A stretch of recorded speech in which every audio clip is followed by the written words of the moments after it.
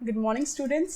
आज हम बहुत ही ज़्यादा इंटरेस्टिंग चैप्टर पढ़ रहे हैं, क्लास 10th का chapter 4, absorption by roots and the process involve, कि जो हमारे रूट्स हैं वो कैसे एब्जॉर्ब करते हैं चीज़ें सॉइल से और उसमें कौन कौन से प्रोसेस हैं। आज हम उन सब चीज़ों के बारे में पढ़ेंगे। ये सब हमारे बेसिकली आते हैं प्लांट फिजियोलॉजी में।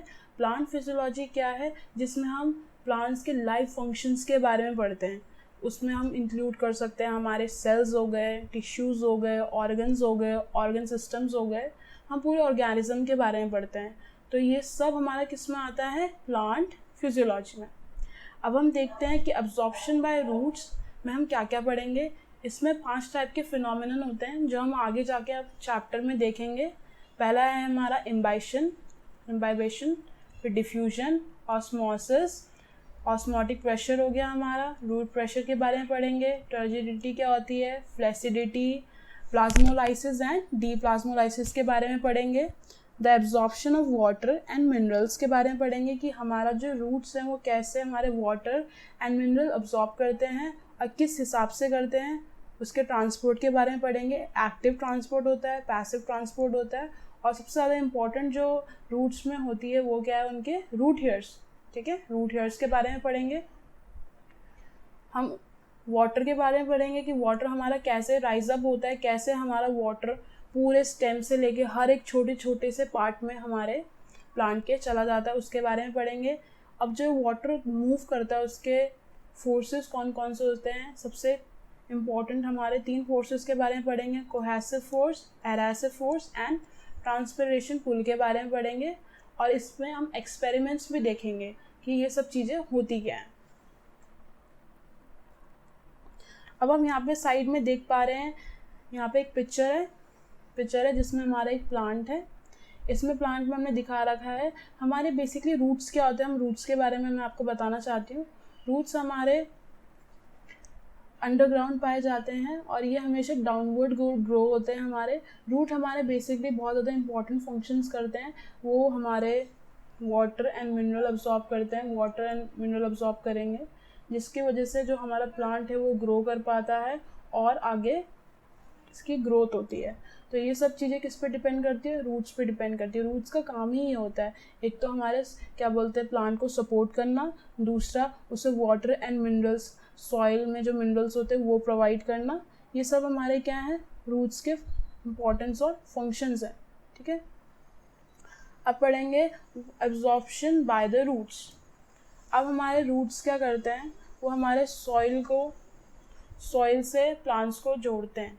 रूट्स का काम क्या होता है? रूट्स का काम ही यही होता है कि वो हमारे प्लांट को सपोर्ट करते हैं। और वो सपोर्ट कैसे करते हैं? अपना सबसे इम्पॉर्टेंट फंक्शन करके वो अब्जॉर्ब करते हैं। क्या करते हैं? हमारा अब्जॉर्ब करते हैं वाटर हो गया and mineral nutrients from the soil.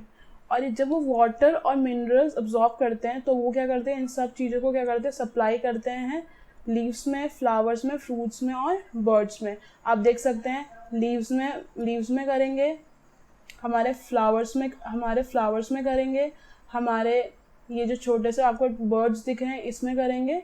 सब में क्या करते हैं? हमारे जो रूट्स हैं उनका काम क्या है? वाटर अब्जॉर्ब करके पूरे प्लांट में क्या करना? वाटर को पहुंचाना। अब हम देखते हैं कि वाटर और मिनरल्स क्यों ज़रूरी होते हैं हमारे प्लांट्स के लिए। अब हम देखेंगे नीड ऑफ वाटर की क्यों ज़रूरत पड़ती है हमारे प्लांट को। वाटर प्लांट बॉडी में 4 प्रोसेसेस के लिए बहुत ज़्यादा इंपॉर्टेंट होता है। पहला हो गया हमारा फोटोसिंथेसिस, दूसरा है ट्रांसपिरेशन, थर्ड है हमारा ट्रांसपोर्टेशन एंड मैकेनिकल स्टिफनेस। अब हम फोटोसिंथेसिस की बात करते हैं। फोटोसिंथेसिस बहुत ही ज़्यादा इम्पॉर्टेंट फिनोमिनन है। अगर फोटोसिंथेसिस नहीं होगा तो ह्यूमन बींग्स को ऑक्सीजन कैसे मिलेगा? क्योंकि जो हमारे प्लांट्स हैं, प्लांट्स क्या करते हैं? प्लांट्स कार्बन डाइऑक्साइड रिलीज करते हैं, ठीक है, as a byproduct of photosynthesis. क्या होता है? वो उनका बाई प्रोडक्ट होता है फोटोसिंथेसिस प्रोसेस का। तो वो क्या करते हैं? उनके लिए सबसे ज़्यादा इम्पॉर्टेंट होता है carbon dioxide, water and sunlight. इनके प्रेजेंस में वो क्या करते हैं, ग्लूकोज बनाते हैं। ग्लूकोज प्लांट्स के लिए बहुत ज़्यादा इम्पॉर्टेंट सोर्स होता है, फूड होता है वो उनके लिए, ठीक है। As a raw material use करेंगे इन सब चीज़ों को। और क्या करते हैं, जब ये प्रोसेस होता है फोटोसिंथेसिस का, तो ग्लूकोज वो बनाते हैं और एज अ बाई प्रोडक्ट हमारा क्या एक ऑक्सीजन को क्या करते हैं, वो एटमॉस्फेयर में रिलीज़ कर देते हैं। तो फोटोसिंथेसिस बहुत ज़्यादा इंपॉर्टेंट प्रोसेस है और उसके लिए प्लांट को किसकी ज़रूरत पड़ती है, वाटर की ज़रूरत पड़ती है। फिर सेकेंड हम पढ़ते हैं ट्रांसपिरेशन। जितना भी जो प्लांट है वो क्या करते हैं, वाटर एब्जॉर्ब करते हैं, ठीक है। तो जब एक्सेस ऑफ वाटर उन पे, उनकी लीव्स में, उनके बॉडी पार्ट्स जो हो गए उनके प्लांट्स के, जब वो एब्जॉर्ब हो जाता है तो वो क्या करते हैं, एज अ वाटर वेव के फॉर्म पे वो क्या हो जाता है, लॉस होने लग जाता है इन्वायरमेंट में। तो उसे हम कहते हैं ट्रांसपिरेशन। और ये जो वाटर लॉस होता है ये हमारे सबसे ज़्यादा किस में काम आता है, for cooling in hot weather और for producing a suction force. Suction force का मतलब होता है हमारा differences in air pressure. Air pressure मतलब डिफरेंट होता है। जैसे अगर हम कोई एग्जांपल लेते हैं, जैसे आपने कभी फ्रूटी पी होगी, तो फ्रूटी के जो अंदर जो लिक्विड है उसका जो एयर प्रेशर है वो अलग है, और जो हमारा जो एटमॉस्फेयर है उसका जो एयर प्रेशर है वो अलग है। तो जो हमारा जो फ्रूटी है, जब वो पाइप से बाहर आती है, जब हम उसे सक करते हैं, तो वो बेसिकली क्या हो, सक्शन फोर्स क्या होता है, प्रोड्यूस होता है because of due to the differences जो किसके बेसिस पे आ रहे हैं, हमारे एयर प्रेशर के बेसिस पे आ रहे हैं। तो सक्शन फोर्स ये हो गया। अब हम बात करते हैं ट्रांसपोर्टेशन की। ट्रांसपोर्टेशन का मतलब हमारा जो वाटर हम अब्जॉर्ब करते हैं, प्लांट्स जो वाटर अब्जॉर्ब करते हैं हमारे सॉइल से, वो क्या करते हैं, हमारे जो रूट्स होते हैं वो रूट्स के द्वारा अपवर्ड कैरी होते हैं और फिर उसके बाद वो शूट में जाते हैं। शूट को हम बेसिकली स्टेम कहेंगे, और वो फिर वहाँ से कहाँ जाते हैं, लीव्स में जाते हैं, फिर हमारे अदर पार्ट्स में जाते हैं। तो वाटर एक एज अ मीडियम भी काम करता है, जो हमारे पूरे पार्ट्स में क्या करता है, प्लांट्स के पूरे पार्ट्स में क्या करता है, हर चीज़ को पहुँचाता है, चाहे वो फूड हो, चाहे वो मिनरल हो, या प्लांट को वाटर की ज़रूरत हो। फिर हम बात करते हैं मैकेनिकल स्टिफनेस। वाटर क्या करता है, टर्जिडिटी प्रोवाइड करता है। टर्जिडिटी बेसिकली क्या होती है, जब भी कोई मतलब सेल हुआ या हमारे लीव्स हो गए, सेल्स की बात करते हैं, तो सेल्स क्या करते हैं, वाटर अब्जॉर्ब करते हैं, जो प्लांट सेल्स होते हैं, उसके बाद क्या होते हैं, वो स्वेलअप हो जाते हैं क्योंकि वो वाटर कुछ एक्सेस में अब्जॉर्ब कर लेते हैं। तो उसे हम कहेंगे, उसे हम कौन सी कंडीशन कहते हैं, फुली डिस्टिंक्ट कंडीशन, जो हमारे प्लांट्स की स्टिफनेस बनाने में क्या करती है, टिश्यूज़ को स्टिफनेस बनाने में काम आती है। तो वाटर इन सब चीज़ों के क्या होता है, काम आता है। पहला आपने देखा फोटोसिंथेसिस, फिर दूसरा था हमारा ट्रांसपिरेशन, फिर तीसरा था ट्रांसपोर्टेशन एंड मैकेनिकल स्टिफनेस। अब हमारे नीड ऑफ मिनरल्स की क्यों ज़रूरत होती है। मिनरल न्यूट्रिएंट्स जो हमारे प्लांट एब्जॉर्ब करता है सॉइल से, वो सिर्फ वो रूट ही अब्जॉर्ब कर सकते हैं, क्योंकि सॉइल सोल्यूशन में हमारे क्या होते हैं, मिनरल्स होते हैं। प्लांट्स को मिनरल्स हम कहीं और से नहीं दे सकते, वो बेसिकली क्या करते हैं, रूट से ही अब्जॉर्ब करते हैं, ठीक है। तो सम न्यूट्रिएंट्स तो सॉल्ट की तरह अब्जॉर्ब करते हैं, जैसे वो हो सकते हैं नाइट्रेट हो सकते हैं, फॉस्फेट हो सकते हैं, या सल्फेट हो सकते हैं, या फिर एज ए सिंपल आयंस, जैसे हमारे पोटेशियम आयन हो गया, कैल्शियम को ले लिया, मैग्नीशियम हो गया, क्लोरीन हो गया। ये सब के सब क्या है, ये जितने भी जो एलिमेंट्स हैं, जो हम सॉल्ट्स की बात कर रहे हैं या फिर सिंपल आयंस की बात कर रहे हैं, ये हमारे सेल, जो प्लांट सेल्स होते हैं, उनके ऑर्गेनिलीज के लिए, सेल के लिए बहुत ज़्यादा इंपॉर्टेंट होते हैं। और ये सब क्या करते हैं, सिंथेसिस करते हैं, वैरायटी ऑफ कंपाउंड्स और एंजाइम्स बनाते हैं हमारे सेल के अंदर। अब हम बात करते हैं characteristics of roots for absorbing water. अब ऐसी कौन सी कैरेक्टरिस्टिक्स हैं जिसके कारण जो हमारी जो रूट है वो क्या करती है, एब्जॉर्ब करती है वाटर। वो कैसे कर पाती है, अब हमें ये भी तो पता होना चाहिए कि प्लांट्स कैसे वाटर एब्जॉर्ब करते हैं। तो बेसिकली जो प्लांट है उसके 3 चीज़ों पे डिपेंड होती है, 3 कैरेक्टरिस्टिक्स है। पहला है अ ह्यूज सरफेस एरिया, जो हमारे रूटलेट्स और रूट हेयर्स प्रोवाइड करते हैं, किसे, प्लांट, ठीक है। और सेकेंड है हमारा रूट हेयर्स के पास क्या होता है, सोल्यूशन सैप होता है, जिसे हम सेल सैप कहते हैं।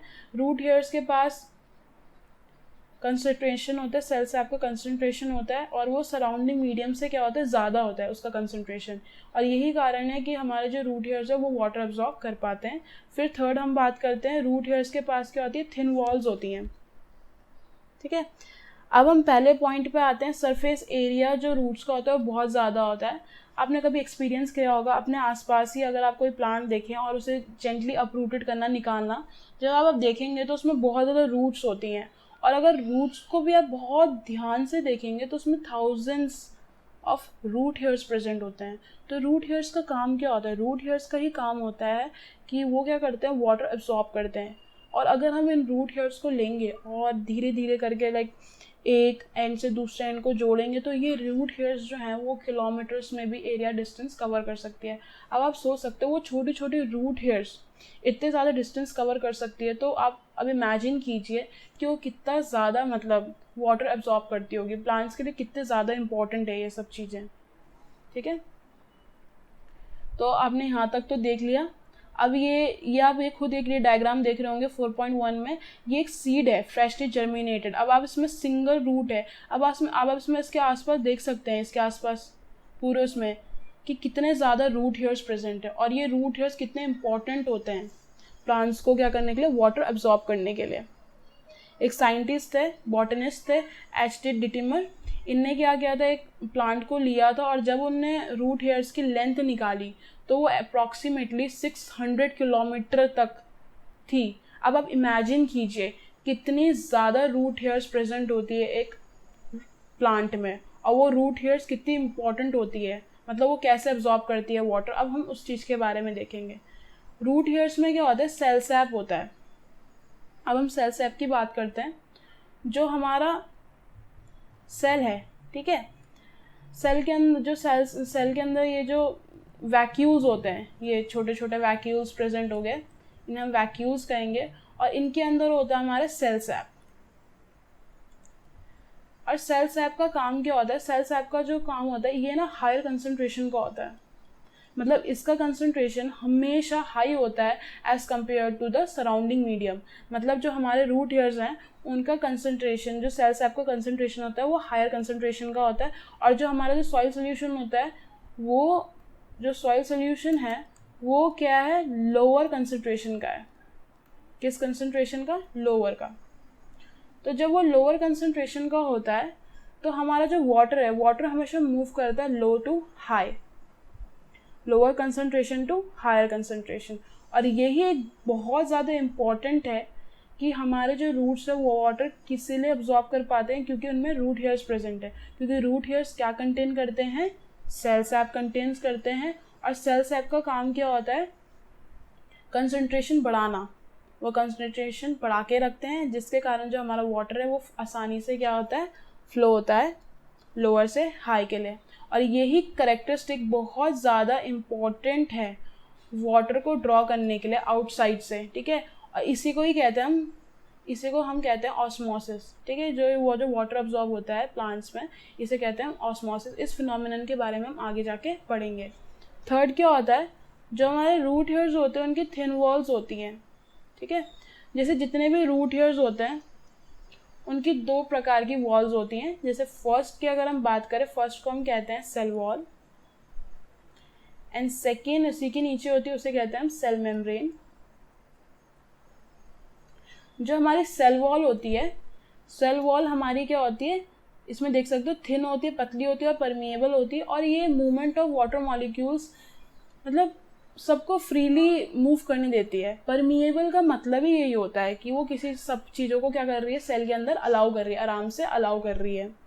बट जो हमारी जो सेल मेम्ब्रेन होती है, ठीक है, वो बहुत ज़्यादा क्या होती है, थिन होती है और सेमी परमिएबल होती है। अब सेमी परमिएबल का मतलब ये है कि वो सिर्फ वाटर मॉलिक्यूल्स अलाउ करेगी सेल के अंदर, उसके अलावा कुछ चीज़ अलाउ नहीं करेगी, मतलब लार्जर पार्टिकल नहीं अलाउ करेगी अपने अंदर। और यही बहुत ज़्यादा सीक्रेट है कि absorption of water from the soil कैसे होता है, क्योंकि वो बेसिकली इसके रूट्स में लाई करता है। क्योंकि रूट्स का एक तो कंसंट्रेशन, सेल कंसंट्रेशन बहुत ज़्यादा होता है जिसके कारण वाटर ड्रॉ होता है लो से हाई में। दूसरा हमने बात करी कि जो सेल मेम्ब्रेन होती है वो थिन होती है और सेमी परमेबल होती है, तो सिर्फ वाटर मॉलिक्यूल्स को ही अपने अंदर अलाउ करेगी, क्योंकि वाटर मॉलिक्यूल्स ही बहुत ज़्यादा इंपॉर्टेंट हैं। और वाटर मॉलिक्यूल्स के अंदर हमारे मिनरल डिजॉल्व होते हैं, ठीक है। ऐसा तो नहीं होता ना कि मिनरल्स अलग अलग जाते हैं, वो वाटर में ही डिजॉल्व होते हैं। तो वो वाटर और मिनरल्स क्या है, हमारे जो प्लांट के अंदर आराम से क्या हो रहे हैं, कैरी हो पा रहे हैं। अब आप फिगर 4.2 देखिए, इसमें एक रूट हेयर बता रखा है, जो मैंने आपको सेल सैप के बारे में बता रखा था। ये आपकी एपिडर्मल लेयर है, जो आउटसाइड की जो लेयर है, ये सेल वॉल है, ये जो पतली सी है, और फिर जिसके अंदर है ये सेल मेम्ब्रेन है। सेल वॉल तो आपकी फ्री परमेएबल होती है, वो किसी को भी अलाउ करती है, बट जो सेल मेम्ब्रेन है वो सिर्फ वाटर मॉलिक्यूल्स को ही अपने अंदर अलाउ करेगी। अभी आप ये छोटे छोटे देख पा रहे हैं, ये जो है ये क्या है, हमारे वैक्यूल्स हैं, जिसमें हमारा क्या होता है, वैक्यूल्स में क्या होता है हमारा सेल्स, इन्हीं के अंदर क्या होता है सेल सैप कंटेन होता है, ठीक है। और यही हमारा क्या होता है कंसंट्रेशन को बढ़ाते हैं। तो आपको इसमें दिख रहा होगा, पहले ये आपको ये लेयर्स दिखा रहे हैं कि ये एपिडर्मल लेयर है, आउटसाइड की जो लेयर्स हैं, इसमें फर्स्ट जो हमारा रूट हेयर्स है वो क्या हुआ, पहले अभी ग्रो होने के लिए हुआ, उसके बाद धीरे धीरे हमारा रूट हेयर ग्रो हुआ, उसके बाद ये फुली ग्रोन हो गया। तो इसमें ये पूरा इनका स्ट्रक्चर बता रहा है, सेल मेम्ब्रेन, सेल वॉल, उसके बाद हमारा जो है काइटोप्लाज्म कहेंगे इसे हम, और उसके बाद हमारा न्यूक्लियस, ठीक है। ये स्ट्रक्चर आपको समझ में आ गया होगा। अब हम बात करते हैं absorption and conduction of water and minerals. अब जो हमारे जो वाटर एंड मिनरल्स हैं वो कैसे एब्जॉर्ब होते हैं और कैसे कंडक्ट होते हैं। जो ये जो एंटायर मैकेनिज्म है वाटर का और मिनरल का एब्जॉर्ब होने में रूट्स के द्वारा है, ये सबसे ज़्यादा इम्पॉर्टेंट है। थिकनेस, रूट की थिकनेस पे भी डिपेंड करता है कि रूट की थिकनेस क्या है, और हमारा क्या अपवर्ड कंडक्शन, कि हमारे जो स्टेम है वो कैसे वाटर को ऊपर की तरफ कंडक्ट कर रही है। तो इसमें हमारे 5 फिनोमिनन होते हैं। पहला है इम्बाइबेशन, सेकेंड है हमारा डिफ्यूजन, थर्ड है ऑस्मोसिस, फोर्थ है एक्टिव ट्रांसपोर्ट, एंड फिफ्थ है टर्जिडिटी एंड फ्लैसिडिटी प्लाज्मोलाइसिस, ठीक है। अब हम बात करते हैं इम्बाइबेशन क्या होता है, ठीक है। इम्बाइबेशन एक ऐसा फिनोमिनन है जिसमें या तो लिविंग हो या डेड प्लांट सेल्स हो, मतलब जो हमारे सेल्स हैं वो क्या कर सकते हैं, एब्जॉर्ब कर सकते हैं वाटर बाय सरफेस अट्रैक्शन। समझ में आया, मतलब वो वाटर एब्जॉर्ब कर रहे हैं सरफेस अट्रैक्शन के थ्रू, मतलब अगर वाटर है तो वो उनके साथ उन्हें क्या कर रहे हैं, अट्रैक्ट कर रहे हैं और उन्हें एब्जॉर्ब कर पा रहे हैं। क्योंकि जो कि हमारे जो सेल्स होते हैं वो बेसिकली किससे बने रहते हैं, सेल्यूलोज से बने रहते हैं या प्रोटीन से बने रहते हैं। वो क्या होते हैं, हाइड्रोफिलिक होते हैं। हाइड्रोफिलिक का मतलब होता है, हाइड्रो मतलब वाटर, फिलिक मतलब लविंग, जो वाटर लविंग है, मतलब जिनको वाटर से बहुत ज़्यादा प्यार है। वो क्या करते हैं, इम्बाइब करते हैं वाटर और मॉइस्चर और स्वेलअप। इम्बाइब मतलब वो क्या करते हैं, वाटर को अब्जॉर्ब करते हैं और क्या हो जाता है, स्वेलअप हो जाता है। अगर मैं एक एग्जांपल दूँ, जो हमारी सीड्स होती है अगर हम उन्हें वाटर में रखें तो वो क्या हो जाती है, फूल जाती हैं। आपने खुद ही देखा होगा, जैसे आप कभी राजमा की दाल बनाते हो, जो मोटी दालें होती हैं, आप उन्हें अगर पानी के अंदर रखो भिगाने के लिए तो कुछ टाइम बाद वो क्या हो जाती है, स्वेलअप हो जाती है। तो वो क्या करती है, इम्बाइब करती है, क्या करती है, वाटर को अपने अंदर एब्जॉर्ब करती है। अगर मैं और एग्जांपल दूँ तो जैसे रेनी सीजन है आजकल, जैसे बरसातें चल रही हैं, तो बरसात में क्या होता है, जो हमारे वुडन डोर्स होते हैं जो उसकी नीचे की साइड हो जाती है, वो क्या हो जाती है, स्वेलअप हो जाती है। वो क्यों स्वेलअप होती है, क्योंकि वो क्या करने लग जाता है, जो हमारा वुड है वो क्या करता है, सरफेस अट्रैक्शन के थ्रू वाटर को अपने अंदर क्या करता है, एब्जॉर्ब करता है और क्या हो जाता है, स्वेलअप हो जाता है। तो आपने देखा होगा कभी कभार जब बारिश का पानी उसमें गिरता है तो दरवाजे स्वेलअप हो जाते हैं, तो वो बंद भी नहीं होते, क्योंकि जो क्या हो गया, उसका जो एरिया है वो थोड़ा इंक्रीज हो गया, क्योंकि वो स्वेलअप हो गए हैं। समझ में आया। और क्या होता है, इम्बाइबिशनल प्रेशर के थ्रू हमारे जो सीड कोड्स होते हैं, अगर हमने देखा ये हमारी छोटी सी सीड है, ठीक है, इसके जो सीड कोड इसमें प्रेजेंट होता है ये बहुत ज़्यादा क्या होता है, हार्ड होता है। तो हमारा जो प्लांट है वो ऐसे ही जर्मिनेट नहीं कर सकता, उसे जर्मिनेट होने के लिए वाटर की ज़रूरत होती है। तो ये क्या करता है, इम्बाइब करता है हमारा वाटर। जब ये वाटर इम्बाइब करता है उसके बाद क्या हो जाता है, स्वेलअप। जब ये स्वेलअप होता है तो जो इसका सीड कोड है वो बर्स्ट हो जाता है ड्यू टू द प्रेशर, क्योंकि पानी वो इतना अब्जॉर्ब कर लेता है कि अब वो पानी को होल्ड बैक नहीं कर सकता, तो वो अब क्या हो जाता है, बर्स्ट हो जाता है। इसी कारण जो हमारी सीड्स हैं वो क्या होती है, जर्मिनेट होती है। और ये हमारा इंपॉर्टेंट फोर्स है एसेंट ऑफ सैप के लिए। एसेंट ऑफ सैप हमारा जो अपवर्ड कंडक्शन है स्टेम में, उसे हम कहते हैं एसेंट ऑफ सैप। अब हम बात करेंगे डिफ्यूजन की। डिफ्यूजन बेसिकली होता क्या है, डिफ्यूजन है हमारा free movement of molecules of substance, या वो सल्यूट हो, सॉल्वेंट हो, गैस हो, from the region of higher concentration to the region of lower concentration when they are in direct contact. अब डिफ्यूजन में क्या होता है, डिफ्यूजन में ये होता है कि जो हमारा वाटर है वो क्या होगा, जाएगा higher concentration to the region of lower concentration, but जब सोल्यूशन क्या हो, एक दूसरे के डायरेक्ट कॉन्टैक्ट में हो। अब हम इसको एक अच्छी तरीके से देख लेते हैं। हमारी एक्टिविटी दे रखी है, हमने क्या किया, हमने एक शुगर क्यूब और एक, या हम शुगर ले सकते हैं, या फिर हम एक स्मॉल टैबलेट डाई ले सकते हैं कोई, या हम क्रिस्टल ले सकते हैं पोटेशियम मैग्नेट का, और हम उसे एक बीकर में डालेंगे जिसमें हमारा जो पानी है भरा हुआ है, हम उसे कॉर्नर में रखेंगे। कुछ टाइम आप बाद देखेंगे जो ये जो तीनों चीज़ें हैं, या अलग अलग लेंगे हम, या फिर आप इनमें से कुछ भी ले सकते हो। जैसे हमने पोटेशियम मैग्नेट लिया, पर मैग्नेट लिया, तो उससे क्या होता है, वो स्लोली क्या होगा, डिसॉल्व होगा, और इवेंचुअली एक ऐसा टाइम हो जाएगा वो पूरा डिफ्यूज हो जाएगा और थ्रू आउट द वाटर क्या होगा, प्रेजेंट होगा। ठीक है, अब आप इस एग्जाम्पल में यहाँ पे फिगर में देखिए, जैसे ये हमने पोटेशियम पर मैग्नेट लिया, ये आप देख रहे हैं ए पार्ट में, इसमें क्या हुआ, आपने इसे यहाँ रखा है तो इसका कंसंट्रेशन यहाँ पे क्या है, बहुत ज़्यादा हाई है, और यहाँ पे आप देख रहे हैं कंसंट्रेशन क्या है, लो है। तो क्या होगा, हाई टू लो जाता है तो ये धीरे धीरे क्या होगा, डिफ्यूज होने लग जाएगा ऑल डायरेक्शन में। ये एरो जो है ये आपको शो कर रहे हैं कि ये जो इसके जो पार्टिकल्स है वो ऑल डायरेक्शन में क्या हो रहे हैं, डिफ्यूज हो रहे हैं। थोड़े टाइम बाद ये पूरी तरीके से डिफ्यूज हो जाएगा, और थर्ड वाले उसमें तो पूरा अच्छी तरीके से ये घुल जाएगा। अगर आपको इस प्रोसेस को तेज करना है तो आप इसमें स्पून भी घुमा सकते हैं, जिससे ये जो प्रोसेस है थोड़ा ज़्यादा जल्दी हो जाएगा। इसमें ये है कि डिफ्यूजन में ये होता है कि ये डायरेक्ट कॉन्टैक्ट में होते हैं, तो इनके बीच में कोई ऑब्स्टिकल नहीं होता, तो ये आराम से घुल मिल जाते हैं। तो इसमें कोई दिक्कत नहीं है कि आप इसके बीच में कोई ऑब्स्टिकल है या फिर मूवमेंट नहीं हो पा रहा है, इसमें आराम से क्या हो जाता है, हमारा मूवमेंट हो जाता है। तो आप डेफिनेशन देखेंगे, डिफ्यूजन की डेफिनेशन इस केस में कैसी हो रही है। अब मैंने आपको बताया तो जो डाई है वो मोर कंसनट्रेटेड है नियर द कॉर्नर, ठीक है। फिर धीरे धीरे क्या हो गया, जो मॉलिक्यूल्स है वो हर एक रीजन में धीरे धीरे फैले, ठीक है। तो वो क्या हो गए, जहाँ पे लेस कंसनट्रेटेड थे, जहाँ पे वो डाई बिल्कुल प्रेजेंट नहीं थी, वो धीरे धीरे हर जगह वहाँ तक गए, क्योंकि ये कैसा हो रहा है, हायर टू लोअर में जा रहा है। वो तब तक फैलते रहेंगे जब तक हमारा जो सोल्यूशन है वो क्या ना हो जाए, इक्वल ना हो जाए। और अगर मैंने आपको बताया था, अगर आपको प्रोसेस स्पीड अप करना है तो आप इसमें स्पून भी घुमा सकते हैं, जिससे ये जो प्रोसेस है ये बहुत जल्दी हो जाएगा। अब हम बात करते हैं कि ऑस्मोसिस क्या है और ऑस्मोटिक प्रेशर क्या है। अगर हम बात करें तो ऑस्मोसिस क्या है, हमारा movement of water molecules from the region of higher concentration, मतलब dilute solution, to the region of lower concentration concentrated solution through a semi permeable membrane।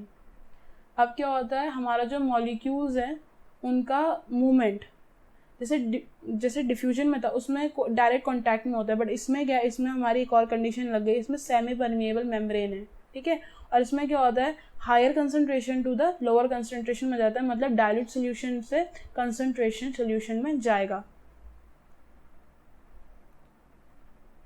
इसमें सबसे ज़्यादा इम्पॉर्टेंट ये है कि जो वाटर मॉलिक्यूल्स हैं वो मूव करते हैं हायर से लेके टू द लोअर कंसंट्रेशन। ये याद रखना कि हमारे जो वाटर मॉलिक्यूल्स है वो कैसे मूव कर रहे हैं। जो वाटर है वो मूव करता है हाई से लो के तरफ। जहाँ पे वाटर मॉलिक्यूल ज़्यादा होंगे उसे हम क्या कहेंगे, डाइल्यूट कहेंगे, डाइल्यूट सोल्यूशन। और जहाँ पे कम होंगे उसे हम कंसंट्रेटेड कहेंगे, ठीक है।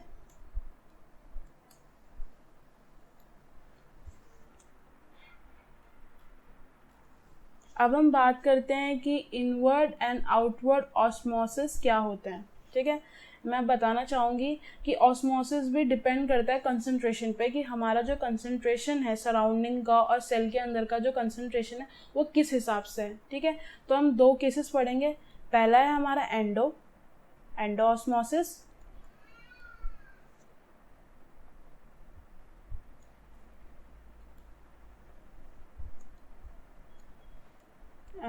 ऑस्मोसिस, ठीक है। तो एंडो में क्या होता है, एंडो का मतलब होता है इनवर्ड, मतलब इनवर्ड मूवमेंट ऑफ वाटर। अब हम एग्जांपल लेते हैं, जैसे ये सेल है, ठीक है। सेल में क्या है, इसका कंसंट्रेशन लो है और इसका कंसंट्रेशन हाई है, मतलब सेल के बाहर का सराउंडिंग मीडियम का कंसंट्रेशन लो है बट अंदर हाई है, ठीक है। तो इसका मतलब क्या होगा, जो क्या बोलते हैं, जो मूवमेंट होगा सोल्यूशन का, वो क्या होगा, लो से हाई की तरफ होगा। तो वाटर का जो डिफ्यूजन है वो क्या होगा, अंदर की तरफ ज़्यादा होगा। जब ये अंदर की तरफ होगा तो ये जो सेल है वो क्या हो जाएगा, स्वेलअप हो जाएगा। कुछ कंडीशन में ऐसा भी होता है कि सेल क्या हो जाता है, बर्स्ट भी हो जाता है, क्योंकि जो हमारा सेल है वो वाटर इतना ज़्यादा अब्जॉर्ब नहीं कर पाता और वो क्या हो जाता है, बर्स्ट हो जाता है। मैं आपको एक चीज़ और यहाँ पे याद दिलाना चाहती हूँ। देखो, जो वाटर है, वाटर हमेशा हाई से लो की तरफ जाता है, ठीक है। तो ये जो कंसंट्रेशन हम बात कर रहे हैं ना, इसमें हम वाटर के मूवमेंट की बात कर रहे हैं, ठीक है। तो वाटर हमारा क्या है, यहाँ पे जो है बाहर की तरफ तो जो हमारा वाटर है वो क्या है, लो है और यहाँ पे क्या है, हाई है। तो हमेशा जो वाटर है वो क्या होगा, हाई टू लो जाएगा, ठीक है। हाई से लो की तरफ जाता है वाटर हमारा। तो अगर हम बात कर रहे हैं सेल की, तो सेल वाटर का मतलब ये, वाटर का जैसे वाटर का जो सेल का जो कंसंट्रेशन है, जैसे यहाँ पे हम बात कर रहे हैं, ये हाई है। तो हाई का मतलब क्या है, तो यहाँ पे जो वाटर मॉलिक्यूल्स है ये कम है और लो, यहाँ पे कंसंट्रेशन लो है तो यहाँ पे वाटर मॉलिक्यूल्स ज़्यादा है। तो वाटर मॉलिक्यूल्स क्या करते हैं, हाई से लो की तरफ जाते हैं। तो इसमें क्या होगा, वाटर मॉलिक्यूल्स का जो मूवमेंट होगा वो अंदर की तरफ होगा और ये क्या कर देगा, इसे स्वेलअप कर देगा सेल को। तो इसे हम कहते हैं एंडोस्मोसिस। एक्सोऑस्मोसिस में क्या होगा, यहाँ पे लो होगा और यहाँ पे हाई होगा, मतलब सराउंडिंग मीडियम का कंसंट्रेशन ज़्यादा है। तो वाटर क्या करेगा, तो ये क्या करेगा, जो सोल्यूशन है वो अंदर से लेके बाहर की तरफ क्या करेगा, जाने की कोशिश करेगा। तो ये जो सेल है ये हमारा क्या हो जाएगा, श्रिंक हो जाएगा, ठीक है। और श्रिंक हो जाएगा हमारा सेल। तो इसे कहेंगे हम एक्सोऑस्मोसिस, क्योंकि एक्सोऑस्मोसिस का मतलब है कि जो हमारा वाटर है उसका जो मूवमेंट है वो क्या हो रहा है, आउटवर्ड की तरफ हो रहा है, ठीक है। अब हम यहाँ देखते हैं, यहाँ पे क्वेश्चन दिया गया है, अगर कंसंट्रेशन दोनों सराउंडिंग सोल्यूशन का अगर सेम है तो किस डायरेक्शन में हमारा वाटर मॉलिक्यूल्स का मूवमेंट होगा। देखो, वाटर मॉलिक्यूल्स का मूवमेंट इसमें क्या होगा, ज़ीरो होगा, मतलब नो नेट मूवमेंट होगा। कैसे, क्योंकि अब आप यहाँ पे आप देखो, कंसंट्रेशन इक्वल टू कंसंट्रेशन, ठीक है। अगर यहाँ पे दोनों में सेम कंसंट्रेशन है तो वाटर फ्लो ही क्यों करेगा, water will not flow, water flow नहीं करेगा। अगर दोनों का कंसंट्रेशन डिफरेंट होता तब जाके हमारा वाटर फ्लो करता। वो भी डिपेंड करता है कि कंसंट्रेशन किस हिसाब से है, हाई है कि लो है, ठीक है। अब हम देखते हैं एक्सपेरिमेंट। ये एक एक्सपेरिमेंट है जिसमें हम ऑस्मोसिस को बताने के लिए, अब हमने क्या किया, हमने एक थिसल फनल लिया, आप इसमें देख सकते हैं ये एक थिसल फनल है, ठीक है। इसमें क्या किया, हमने कंसंट्रेशन शुगर सोल्यूशन लिया और इसे सेलोफेन पेपर से कवर किया और इसे इन्वर्ट करके हमने क्या कर दिया, इस बीकर में डाल दिया, जिसमें क्या है, हमारा वाटर फिलअप है, ठीक है। और अब हम देखेंगे कि कुछ टाइम बाद हम जब इस कंट्रोल सेटअप को देखते हैं तो कुछ टाइम बाद इसमें आपको देख रहा है कि इसका जो वाटर लेवल है, मतलब ये जो लेवल है वो क्या हो रहा है, राइज हो रहा है। तो राइज कैसे हो रहा है, ठीक है। और हम इसके साथ एक सेकेंड एग्जाम्पल भी लेके चलते हैं। सेकेंड एग्जाम्पल क्या है, हमने सेम ही ये कंडीशन ली है बट उसमें क्या है, दोनों में क्या है, प्लेन वाटर है, फनल के अंदर भी और बीकर में तो वाटर ही है। तो इसमें दोनों में प्लेन वाटर है। तब आप इसमें देखते हैं, इसमें जो लेवल है वो तो राइज होगा पर इसमें लेवल राइज नहीं होगा, क्योंकि देखो ये जो कंडीशन है इसमें दोनों है वो प्लेन वाटर है। तो वाटर का जो कंसंट्रेशन है वो क्या है, सेम है, तो कोई मूवमेंट होगा ही नहीं। तो ये कैसा रहेगा, अनचेंज्ड रहेगा। बट अगर हम इसकी बात करते हैं, इस वाले एक्सपेरिमेंट की बात करते हैं, तो इसमें क्या होगा, कुछ टाइम बाद क्या होगा, हमारा जो वाटर लेवल है वो क्या हो जाएगा, फनल में राइज होगा। अब वो राइज कैसे होगा, मैं आपको ये बताना चाहती हूँ। जो हमारे जो शुगर मॉलिक्यूल्स हैं, ठीक है, वो सेलोफेन पेपर के आसपास तो नहीं जा सकते, बट जो हमारे वाटर मॉलिक्यूल्स हैं वो जा सकते हैं, क्योंकि जो सेलोफेन पेपर है वो क्या है, सेमी परमिएबल है और जो सेमी परमिएबल है उसका मतलब ये है कि वो सिर्फ क्या करेगा, वाटर मॉलिक्यूल्स को जाने देगा, जिसके कारण क्या हो रहा है, जो हमारा फनल है उसमें राइज दिख रहा है बिकॉज ऑफ वाटर मॉलिक्यूल्स क्या कर रहे हैं, उसके अंदर फ्लो कर रहे हैं।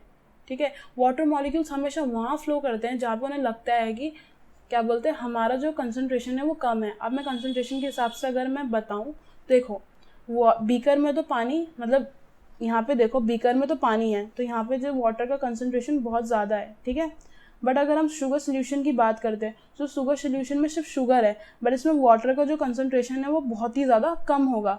तो वाटर हमेशा कहाँ से फ्लो करता है, हाई टू लो फ्लो करता है। तो इसमें कंसनट्रेशन ज़्यादा है और इसमें कम है, तो वाटर बेसिकली क्या करेगा, इस फनल के अंदर जाने की कोशिश करेगा, क्योंकि यहाँ पे कंसनट्रेशन कम है, अपना लेवल इक्वल करने के लिए। तो अब आपको पता चला, तो इसमें क्या होता है, हमारा वाटर अंदर की तरफ फ्लो करेगा और इसमें आपको लेवल जो है वो राइज करता हुआ दिखा जाएगा। और सेकंड में वाले में क्या होगा, सेकंड वाले में अनचेंज्ड रहेगा, the level in the beaker वो क्या होगा, अनचेंज रहेगा। फिर इसमें दिखा रखा है कि एक्सपेरिमेंट में थोड़ा स्लाइटली ड्रॉप हो जाएगा। ठीक है, क्योंकि इक्वल है तो उसमें ज़्यादा कुछ ऐसा होगा नहीं कि वाटर फ्लो करेगा, क्योंकि वाटर क्या है, दोनों का सेम ही है। ठीक है, अगर हम उस सेटअप की बात करेंगे, जो हम सेटअप के बारे में बात करें, देखो शुगर सोल्यूशन, अब आप इसमें देख रहे हैं इस वाले में, इसमें ये होगा कि जो ये पानी होगा ये स्वीट नहीं होगा। अगर आप इसे टेस्ट करके देखेंगे, ये जो वाटर है ये स्वीट नहीं होगा। क्यों? क्योंकि जो हमारा शुगर है सोल्यूशन है वो इस सेलोपेन पेपर के बाहर नहीं आ पा रहा है, क्योंकि ये क्या है, सेमी परमिएबल है, ये शुगर मॉलिक्यूल्स को अलाउ नहीं कर रहा है, सिर्फ वाटर को अलाउ कर रहा है बाहर आने के लिए। ठीक है, तो जो ये पानी होगा ये हमारा स्वीट नहीं होगा। क्यों? क्योंकि हमारा शुगर सोल्यूशन जो है, जो शुगर मॉलिक्यूल्स है वो तो इस फनल के अंदर ही है। समझ में आया? तो इससे हम इसमें 3 मेन कंक्लूजन के बारे में पढ़ेंगे। इन दिस सेटअप जो हमें ये पता चला है कि जो वाटर है वो फ्लो कर गया हमारे सेलोपेन पेपर से उसके अंदर, क्या बोलते हैं, फनल के अंदर, पर हमारा जो शुगर मॉलिक्यूल है वो फनल से बाहर नहीं आ पाए क्या बोलते हैं, बीकर के अंदर, क्योंकि जो हमारा सेलोपेन पेपर है वो क्या है, हमारा परमिएबल मेम्ब्रेन है, सिलेक्टिवली एंड डिफरेंशियली, जिसने सिर्फ वाटर मॉलिक्यूल्स के अपने आसपास पास होने दिया, शुगर मॉलिक्यूल्स को नहीं। समझ में आया ये क्या होता है? देखो मैं अगर आपको बताना चाहूँ तो 3 टाइप की लेयर्स होती हैं। एक को हम कहते हैं फ्रीली परमिएबल। ठीक है, मैं आपको बताती हूँ यहाँ पे लिख के, देखो पहली होती है हमारी फ्रीली परमिएबल। ठीक है, दूसरी होती है हमारी सिलेक्टिव, तीसरी होती है सेमी, और 4 होती है हमारी इम्परमिएबल।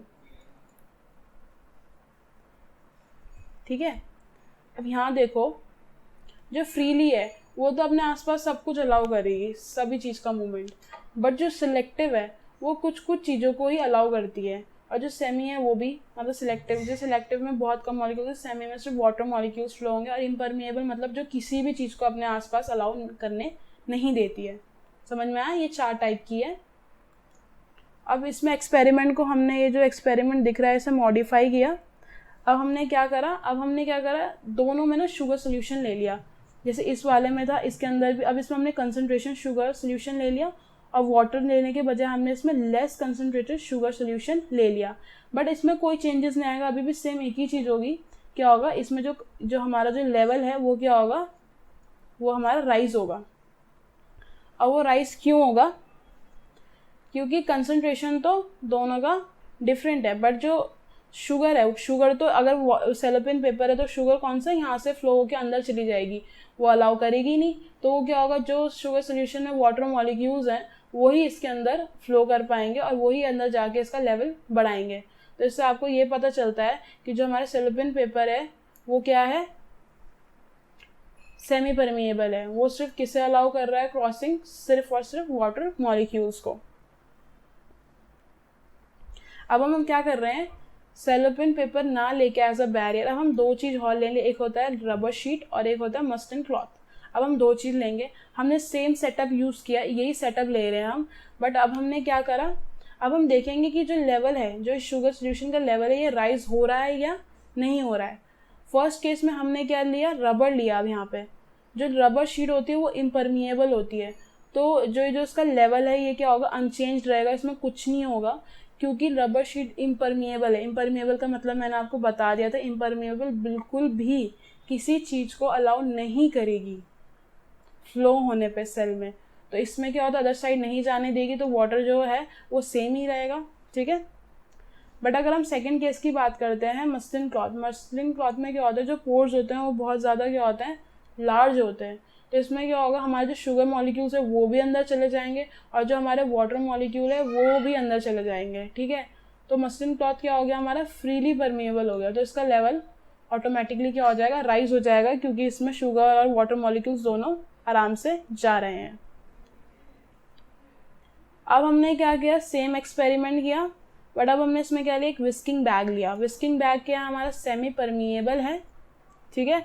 और हमने क्या किया, शुगर सोल्यूशन लिया, यहाँ पे शुगर सोल्यूशन लिया, और इसके यहाँ पे क्या कर दी, नॉट बांध दी, और इसमें एक कैपिलरी ट्यूब लगा के हमने एक स्टैंड में क्या कर दिया, खड़ा कर दिया। ये हमारा क्या है, हमारा वाटर है, वाटर सोल्यूशन ले रहे हैं हम एज अ। अब हम देखते हैं कि 1 घंटे बाद अगर हम इस लेवल देखें शुगर सोल्यूशन का, तो वो क्या हो जाता है, राइज हो जाता है। अब वो राइज क्यों होगा, अब राइज इसलिए हो रहा है क्योंकि विस्किंग बैग भी क्या है, हमारा सेमी परमिएबल है, ठीक है। अब वो क्या कर रहा है, वाटर मॉलिक्यूल्स को अपने आसपास क्या कर रहा है, अलाउ कर रहा है, जिसके कारण क्या हो रहा है, जो कैपिलरी है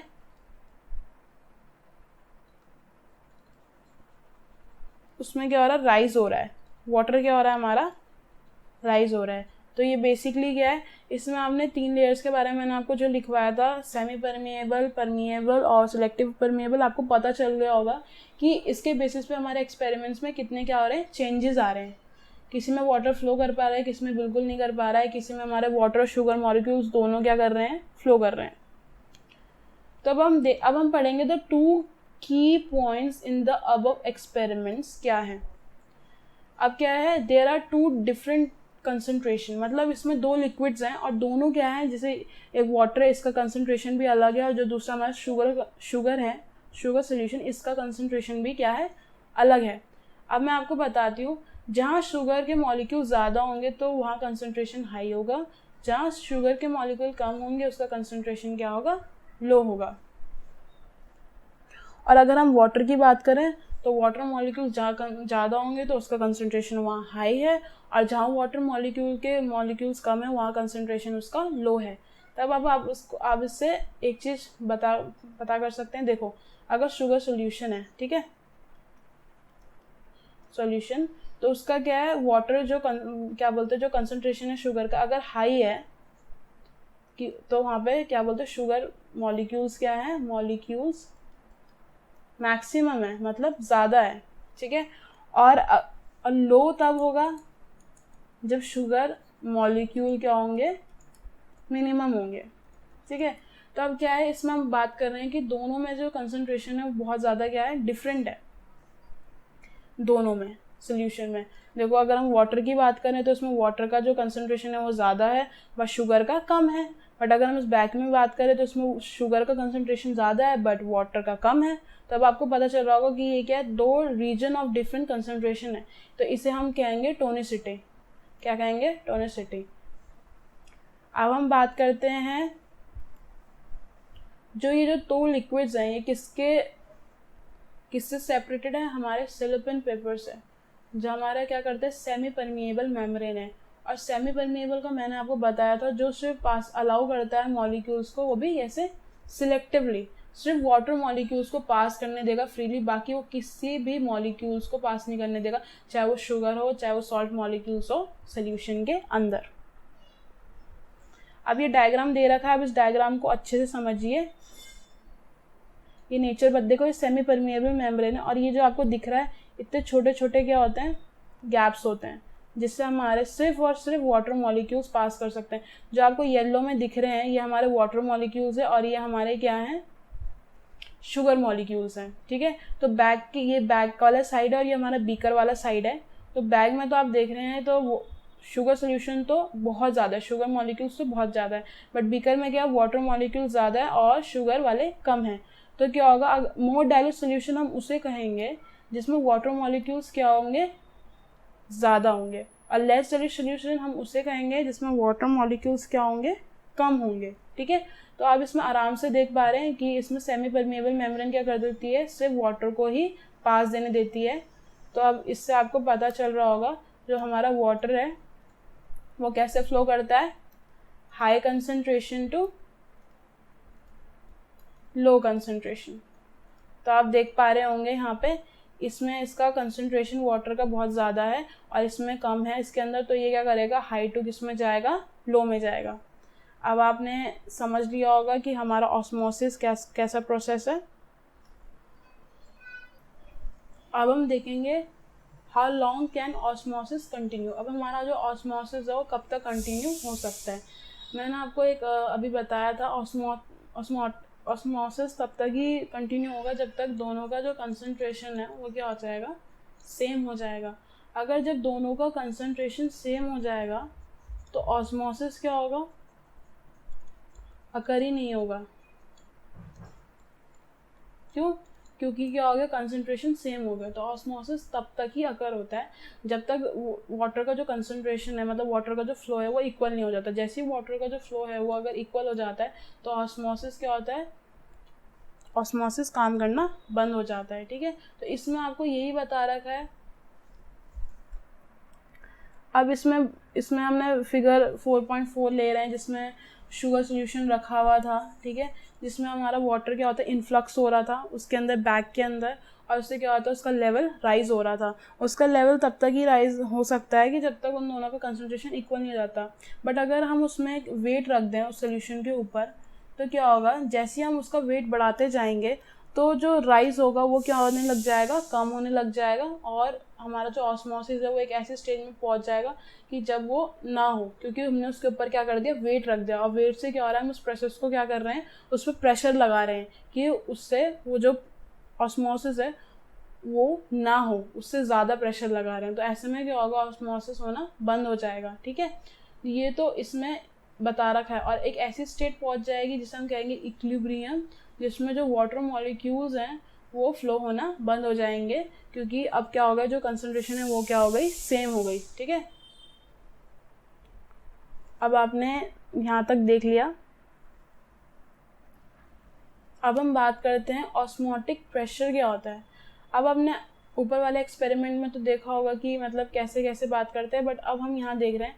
अब हमने क्या करा, इस एक्सपेरिमेंट में हम ऑस्मोटिक प्रेशर की बात करेंगे। देखो इसमें हमने क्या कर दिया, एक पिस्टन लगवा दिया और इसके ऊपर हम वेट रख रहे हैं कि जिससे जो लेवल ऑफ सोल्यूशन है वो राइज ना हो। ठीक है, तो हम क्या करते रहेंगे कि जैसे लेवल ऑफ सोल्यूशन राइज होगा तो अगर हम इसमें ज़्यादा से ज़्यादा वेट रखेंगे तो एक टाइम ऐसा हो जाएगा कि ये जो सोल्यूशन है वो राइज नहीं हो पाएगा, क्योंकि हमने इसमें क्या कर दिया, प्रेशर इंक्रीज कर दिया। ठीक है, और ऐसा होगा कि अब एंट्री नहीं हो पाएगी किसकी, वाटर मॉलिक्यूल्स की सोल्यूशन के अंदर।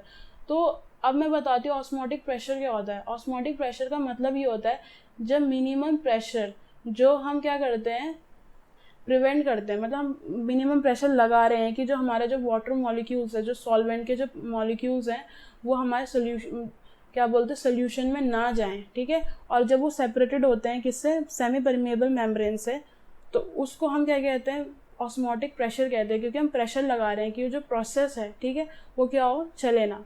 और या तो हम बोल सकते हैं is the measure of the tendency to take in water by osmosis, या फिर मेजर, नापना, हम नाप रहे हैं कि हमारा जो सोल्यूशन है वो कितना वाटर ले सकता है एज स्मॉल ऑस्मोसिस में। ठीक है, अब मैंने टोनिसिटी के बारे में तो आपको बताया था। अब उसकी डायरेक्शन, अब हम रिलेटिव कंसंट्रेशन ऑफ सोल्यूशन हम देखेंगे कि उसकी डायरेक्शन क्या होती है, extent of diffusion is called tonicity. ठीक है, अब हम 3 बेसिस से पढ़ेंगे कि हमारे सॉल्यूशन 3 टाइप के होते हैं। पहला होता है आइसोटोनिक, दूसरा होता है हाइपोटोनिक एंड तीसरा होता है हाइपरटोनिक। ठीक है, आइसोटोनिक का मतलब होता है सेम टेंशन कंसंट्रेशन। ठीक है, आइसो मतलब सेम और टोनस मतलब होता है टेंशन कंसंट्रेशन। जैसे यहाँ पे मैंने बताया था, जब कंसंट्रेशन सेम हो जाता है तो ऑस्मोसिस नहीं होता। तो इसका मतलब यही है जब रिलेटिव कंसंट्रेशन, जब वाटर मॉलिक्यूल का जो कंसंट्रेशन है और वो जो सल्यूट का जो अदर सेल्स हैं उनका अगर कंसंट्रेशन जो है वो सेम हो जाए, तो हमारा वाटर का जो मूवमेंट होता है वो बिल्कुल नील हो जाता है, ज़ीरो हो जाता है, और हमारा जो ऑस्मोसिस है वो बिल्कुल नहीं होता है। अच्छा, हमने कभी ये देखा होगा कि अगर आप, हाँ, आपने रेजिन्स होते हैं जैसे हमारे किशमिश, अगर हम उन्हें थोड़ी देर पानी में रख देते हैं, ठीक है, तो वो स्वेलअप हो जाते हैं। कुछ टाइम ऐसा होता है अगर हमने ज़्यादा टाइम पानी में रखा तो बर्स्ट हो जाते हैं, ठीक है। तो ये जो सब चीज़ें हैं, ये स्वेलअप कैसे होते हैं, श्रिंक, हमारे ग्रेप्स अगर हम उसे किसी शुगर सोल्यूशन या फिर किसी सॉल्ट सोल्यूशन में रखें तो जो हमारे ग्रेप्स होते हैं वो श्रिंक हो जाते हैं। तो ये जो सब चीज़ें हैं ये हमारी टोनिसिटी के कारण है, क्योंकि क्या हो रहा है, हम जो उसका कंसंट्रेशन है, सराउंडिंग मीडियम का कंसंट्रेशन या तो कम कर दे रहे हैं या तो सराउंडिंग मीडियम का कंसंट्रेशन क्या कर रहे हैं, हम ज़्यादा कर दे रहे हैं। तो उसके बेसिस पे क्या होता है, इफ़ेक्ट पड़ता है, हमारे जो सेल्स हैं उन पर इफ़ेक्ट पड़ता है।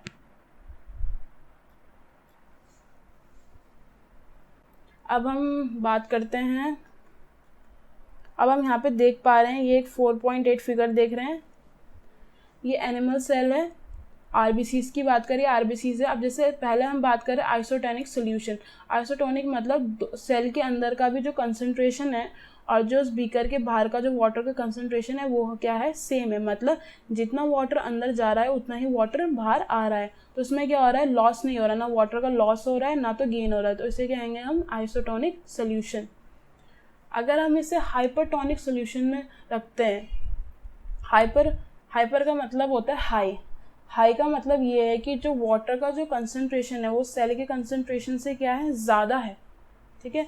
वो इतना ज़्यादा है कि जो हमारे जो सेल के जो अंदर का जो कंटेंट है, वाटर है, वो क्या हो रहा है, बाहर इनफ्लो हो रहा है।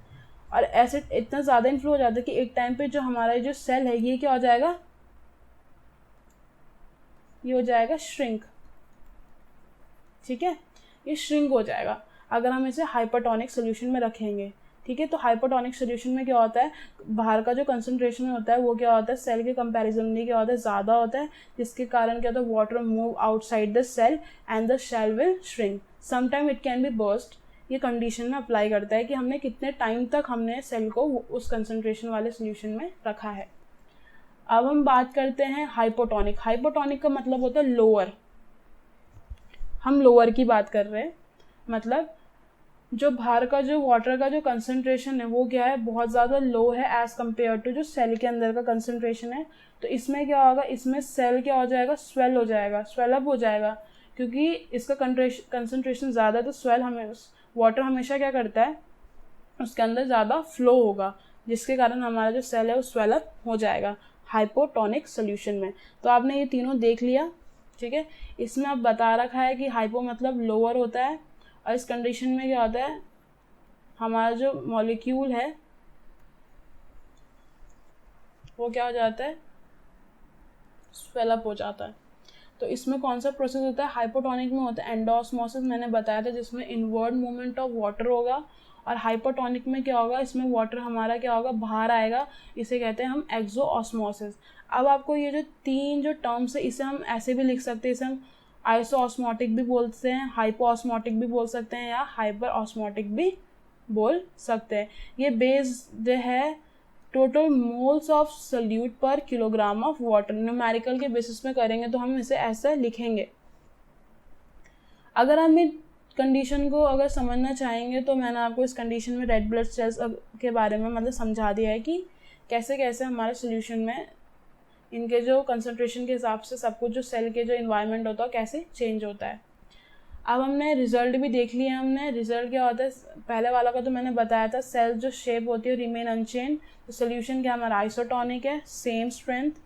बी में क्या हमारा जो साइज है वो श्रिंक हो गया, इसका मतलब है सोल्यूशन क्या है, हाइपोटोनिक है। अगर वो स्वेलअप हो गया तो सोल्यूशन क्या है, हाइपोटोनिक है। ये आपको पता होना चाहिए, ये कंडीशन बहुत ज़्यादा इंपॉर्टेंट है कि कौन से उसमें क्या लगता है। एक कंडीशन और भी आती है, जब वाटर इतना ज़्यादा सेल के अंदर चला जाता है कि सेल क्या हो जाता है, टर्जिड हो जाता है। मैंने टर्जिडिटी के बारे में बताया था कि वो अब कोई और वाटर मॉलिक्यूल्स नहीं ले सकता अपने अंदर, तो उसे क्या कहेंगे हम, टर्जिडिटी कहेंगे। In case of plant cells एक और जो फीचर्स है जो हमारे फ्लूइड एनवायरनमेंट्स के बारे में बताते हैं, this feature is the rigidity of the cell wall, ठीक है।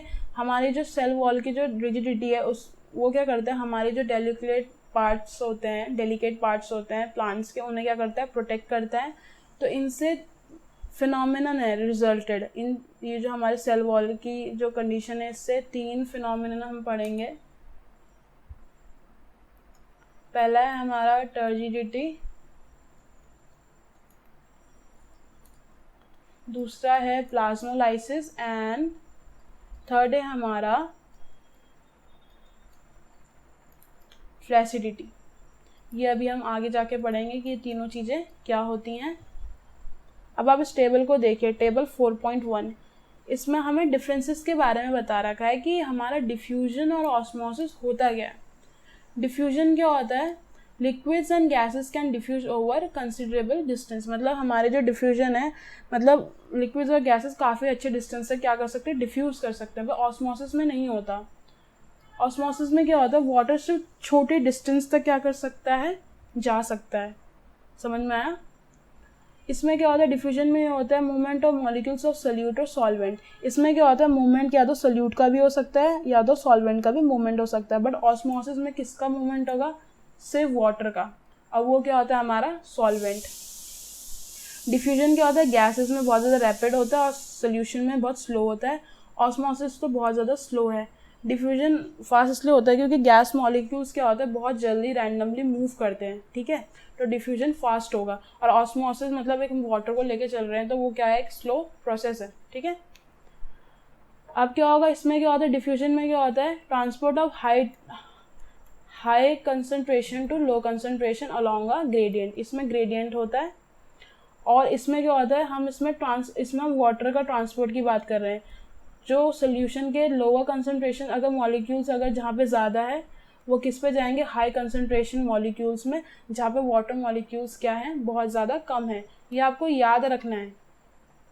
क्या होता है, जहाँ पे लो कंसनट्रेशन होगा वहाँ पे मोर वाटर मॉलिक्यूल्स होंगे, जो मैंने आपको पहले बताया था, मॉलिक्यूल्स होंगे, ठीक है। और जहाँ पे हाई कंसनट्रेशन होगा वहाँ लो वाटर मॉलिक्यूल्स होंगे। इस बेसिस पे जो क्या है, हमारे एंडोऑस्मोसिस एक्सोऑस्मोसिस होते हैं, ठीक है। तो मैंने आपको बता दिया।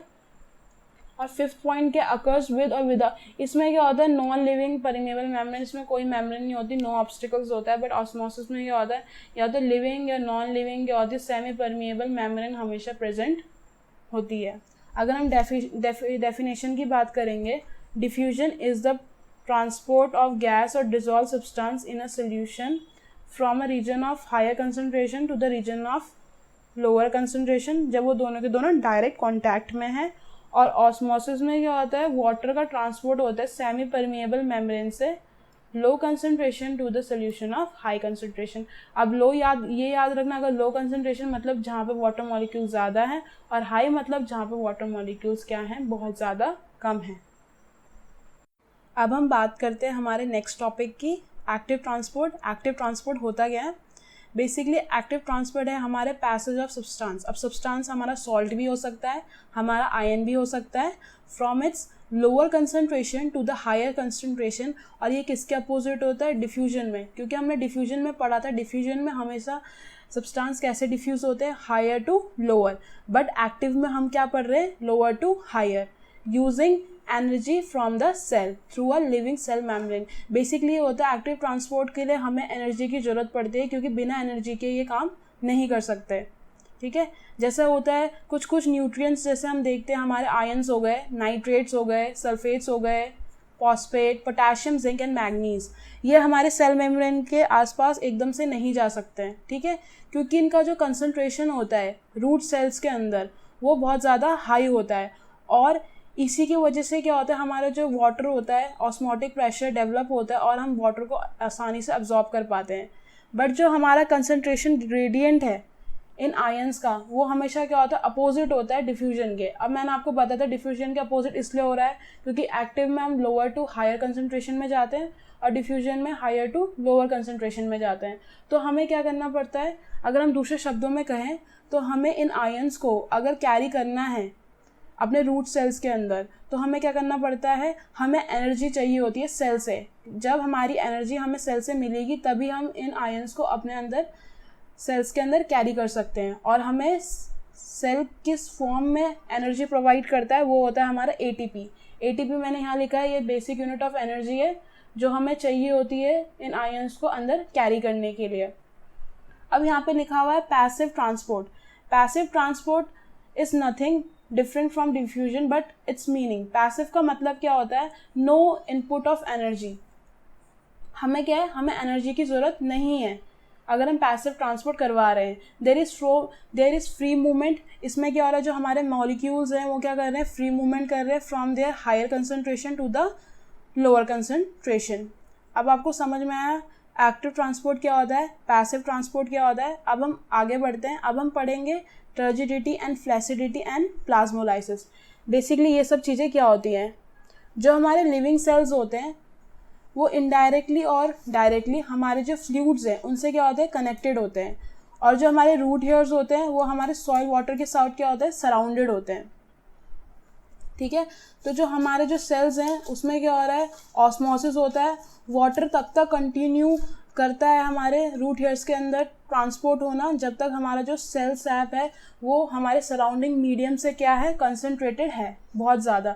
क्योंकि तभी वाटर कैरी होगा जब हमारे जो रूट हेयर्स है उनका कंसनट्रेशन क्या है, ज़्यादा है as compare to the surrounding soil water.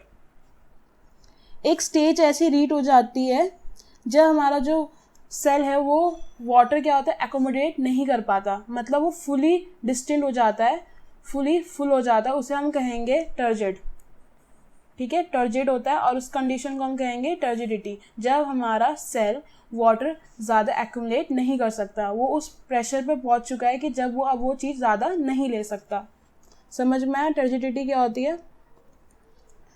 जब हमारा सेल टर्जिड हो जाता है तो हमारी जो वॉल है वो क्या होती है, प्रेशर के कारण क्या होती है, स्ट्रेच होने लग जाती है। ठीक है, और इसके कारण ये होता है कि जो हमारे जो सेल कंटेंट है सेंटर के तरफ, जो हमारे सेल कंटेंट प्रेजेंट होते हैं वो क्या लगाते हैं, वो प्रेशर लगाते हैं। ठीक है, और उस प्रेशर को हम कहते हैं टर्गर प्रेशर। टर्गर प्रेशर का मतलब ये है, the pressure of the cell content on the cell wall is called turgor pressure.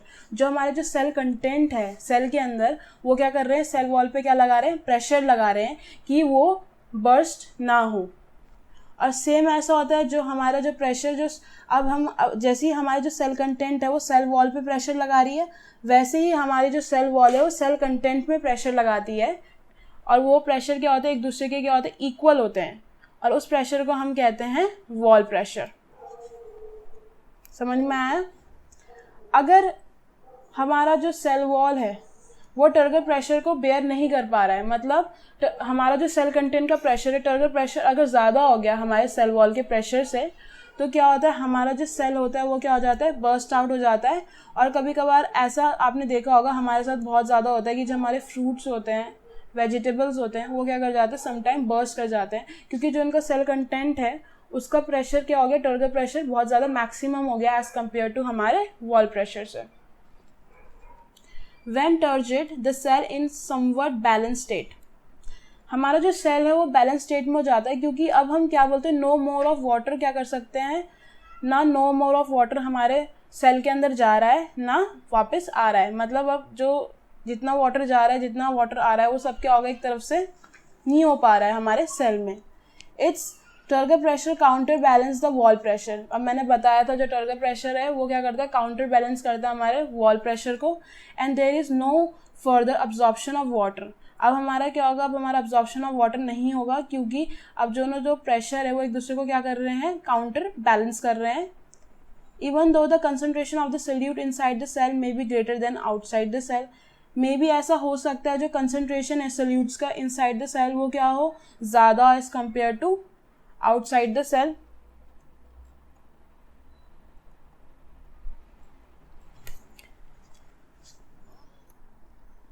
अब आप इस डायग्राम को देखो यहाँ पे, the plant cell showing osmotic pressure, turgor pressure and the wall pressure.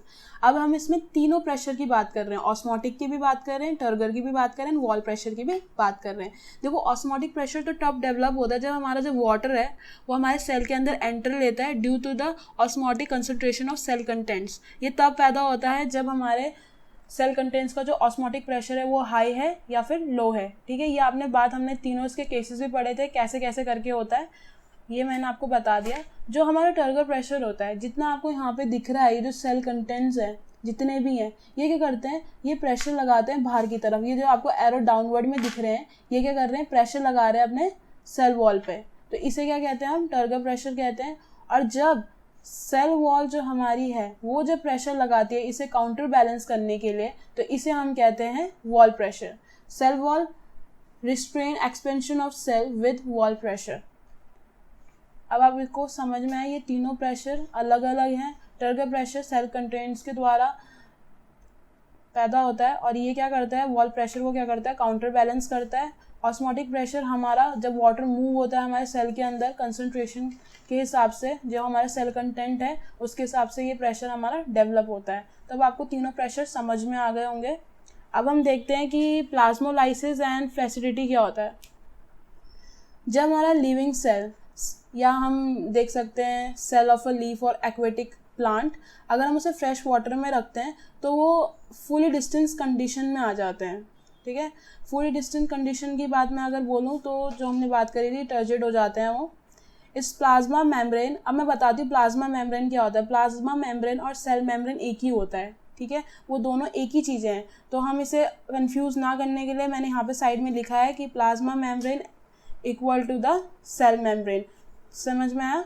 It's plasma membrane remains in contact with the cell wall and pressure against it. अब क्या होता है, जो हमारी सेल मेम्ब्रेन होती है वो हमारी जो ये न्यूक्लियस के सेल कंटेंट है इसे क्या करती है, प्रेस करती है against, just like the rubber bladder of the football pushes against the leather casing. जैसे हमारे जो फुटबॉल बॉल देखी होगी, जो उसकी केसिंग होती है वो भी क्या करती है, उसे प्रेशराइज करती है।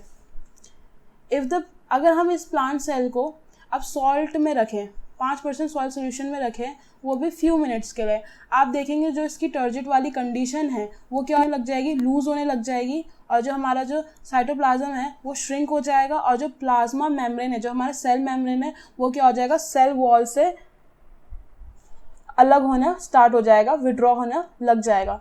अब मैं आपको ये दिखाती हूँ, फिगर 4.9b में DF में हम देखेंगे कि ये कैसा हो रहा है। यहाँ पे देखिए, इस वाले फिगर को देखिए, देखो इसमें मैंने पहले बताया ये टर्जिड सेल है, हमने इसे एक्वेटिक उसमें रखा तो हमारा सेल क्या होने लग गया, टर्जिड हो गया, क्योंकि ये क्या कर रहा है, वाटर इसके अंदर फ्लो होने में लगा हुआ है, तो अब ये टर्जिड है। जैसे ही हम कुछ टाइम बाद इसे सॉल्ट सोल्यूशन में रखते हैं, अब सॉल्ट सोल्यूशन में क्या हुआ, कंसंट्रेशन क्या है, जो बाहर का है वो कंसंट्रेशन हाई हो गया, तो अब क्या होगा, जो सेल कंटेंट्स है वो अंदर से क्या होंगे, बाहर की तरफ विड्रॉ होते जाएंगे, और वो इतने विड्रॉ हो जाएंगे, जो हमारी प्लाज्मा मेम्ब्रेन है, जो हमारी सेल मेम्ब्रेन है, वो क्या हो जाएगी, सेल वॉल से क्या होने लग जाएगी, अलग होने लग जाएगी, और धीरे धीरे धीरे धीरे धीरे करके क्या हो जाएगी, ये श्रिंक हो जाएगी, और एक कंडीशन ऐसी आ जाएगी कि पूरी प्लाज्मा मेम्ब्रेन हमारी श्रिंक हो गई। ये कंडीशन तब अप्लाई होगी जब हम किसी सोल्यूशन को किस में रखेंगे, हाइपरटोनिक में। हाइपरटोनिक मतलब हमारा जो सोल्यूशन का जो कंसंट्रेशन है वो हाई है एज कम्पेयर टू हमारे सेल के अंदर जो कंटेंट है। तो आप देख रहे होंगे अब हमारा जो सेल हो गया ये क्या हो गया, प्लाज्मोलाइज्ड हो गया, तो इसे ही हम प्लाज्मोलाइज्ड कहते हैं। अब यहाँ देखिए, this shrinkage from the cell wall is called plasmolysis, and the cell in this state is called flaccid. और जिस कंडीशन में जो हमारी सेल होगी उसे हम क्या कहेंगे, फ्लैसिड कहेंगे। जो फ्लैसिडिटी होती है वो हमारी टर्जिडिटी की रिवर्स होती है। अब ये रिवर्स कैसी हो गई, जैसे हमारी टर्जिडिटी तो हमारा जो सेल था वो बहुत ज़्यादा क्या था, कंटेंट उसका हाई था और उसकी वजह से हमारा सेल जो था वो क्या था, बिल्कुल टर्जिड कंडीशन में था, बिल्कुल उसके अंदर वाटर क्या था, वाटर का कंटेंट बहुत ज़्यादा था। अब थोड़े टाइम बाद हमने उसे दूसरी कंडीशन में रखा, सॉल्ट सोल्यूशन में रखा, हाइपरटोनिक सोल्यूशन में रखा, तो धीरे धीरे क्या हो गया, जो सेल कंटेंट हो गया वो क्या होने लग गए, बाहर की तरफ मूव होने लग गए, मतलब वाटर क्या हो गया उसके अंदर से विड्रॉ होकर बाहर की तरफ चलने लग गया, और जो हमारा जो सेल है वो क्या हो गया, प्लाज्मोलाइज्ड हो गया। तो क्या हो गया, जो फ्लैसिडिटी है वो क्या है, टर्जिडिटी की क्या है, रिवर्स है, दोनों क्या है, एक दूसरे के रिवर्स है। प्लाज्मोलाइज सेल को ही हम फ्लैसिड सेल कहते हैं। Is return to water before it's dead. हम इसे क्या बोलते हैं, टर्जिड कंडीशन में दोबारा रख सकते हैं अगर हम इसे वाटर में रख दें, इस वाली कंडीशन को, ये जो मैंने एफ कंडीशन है, अगर इसे हम दोबारा से पानी में रखें तो इसका जो प्रोटोप्लाज्म है वो अगेन स्वेलअप हो जाएगा और दोबारा से ये सेल वॉल के अगेंस्ट क्या होने लग जाएगा, अपने आप को प्रेस करने लग जाएगा। और जो हम रिकवरी बोलेंगे, रिवर्सल ऑफ प्लाज्मोलाइसिस को हम क्या कहते हैं, डीप्लाज्मोलाइसिस। You can easily understand that plasmolysis is the result of the outflow of water from the cell.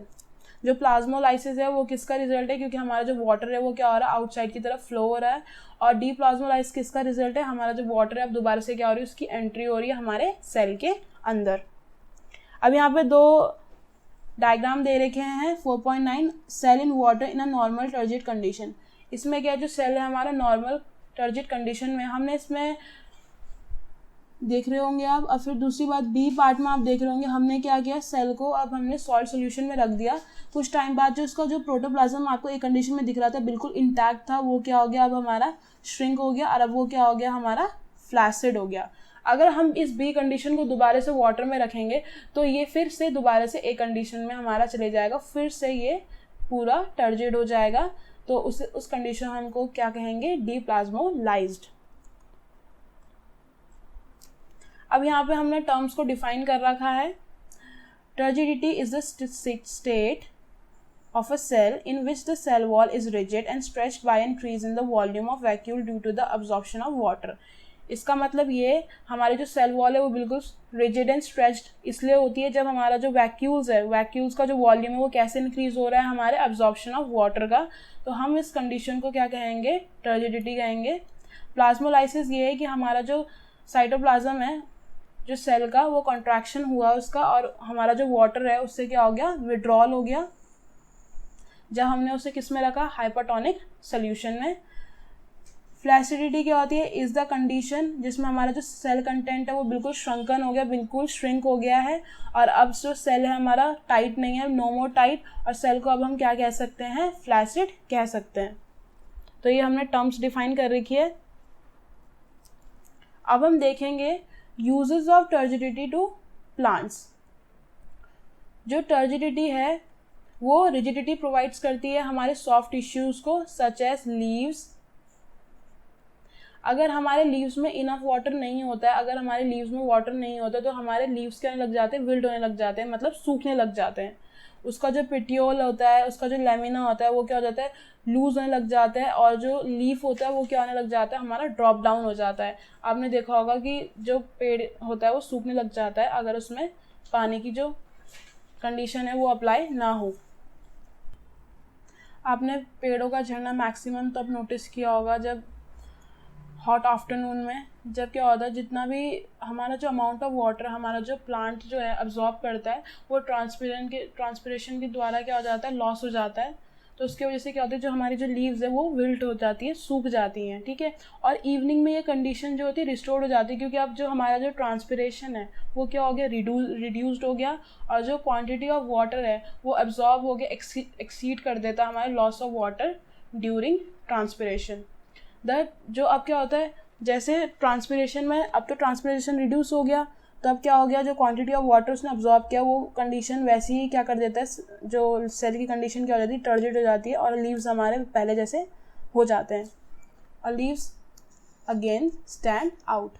अगर हम प्लाज्मोलाइज को प्रैक्टिस में देखेंगे तो इसमें एक बता रहा है, सॉल्टिंग ऑफ मीट और addition of salt to pickles is a method of killing bacteria by plasmolysis.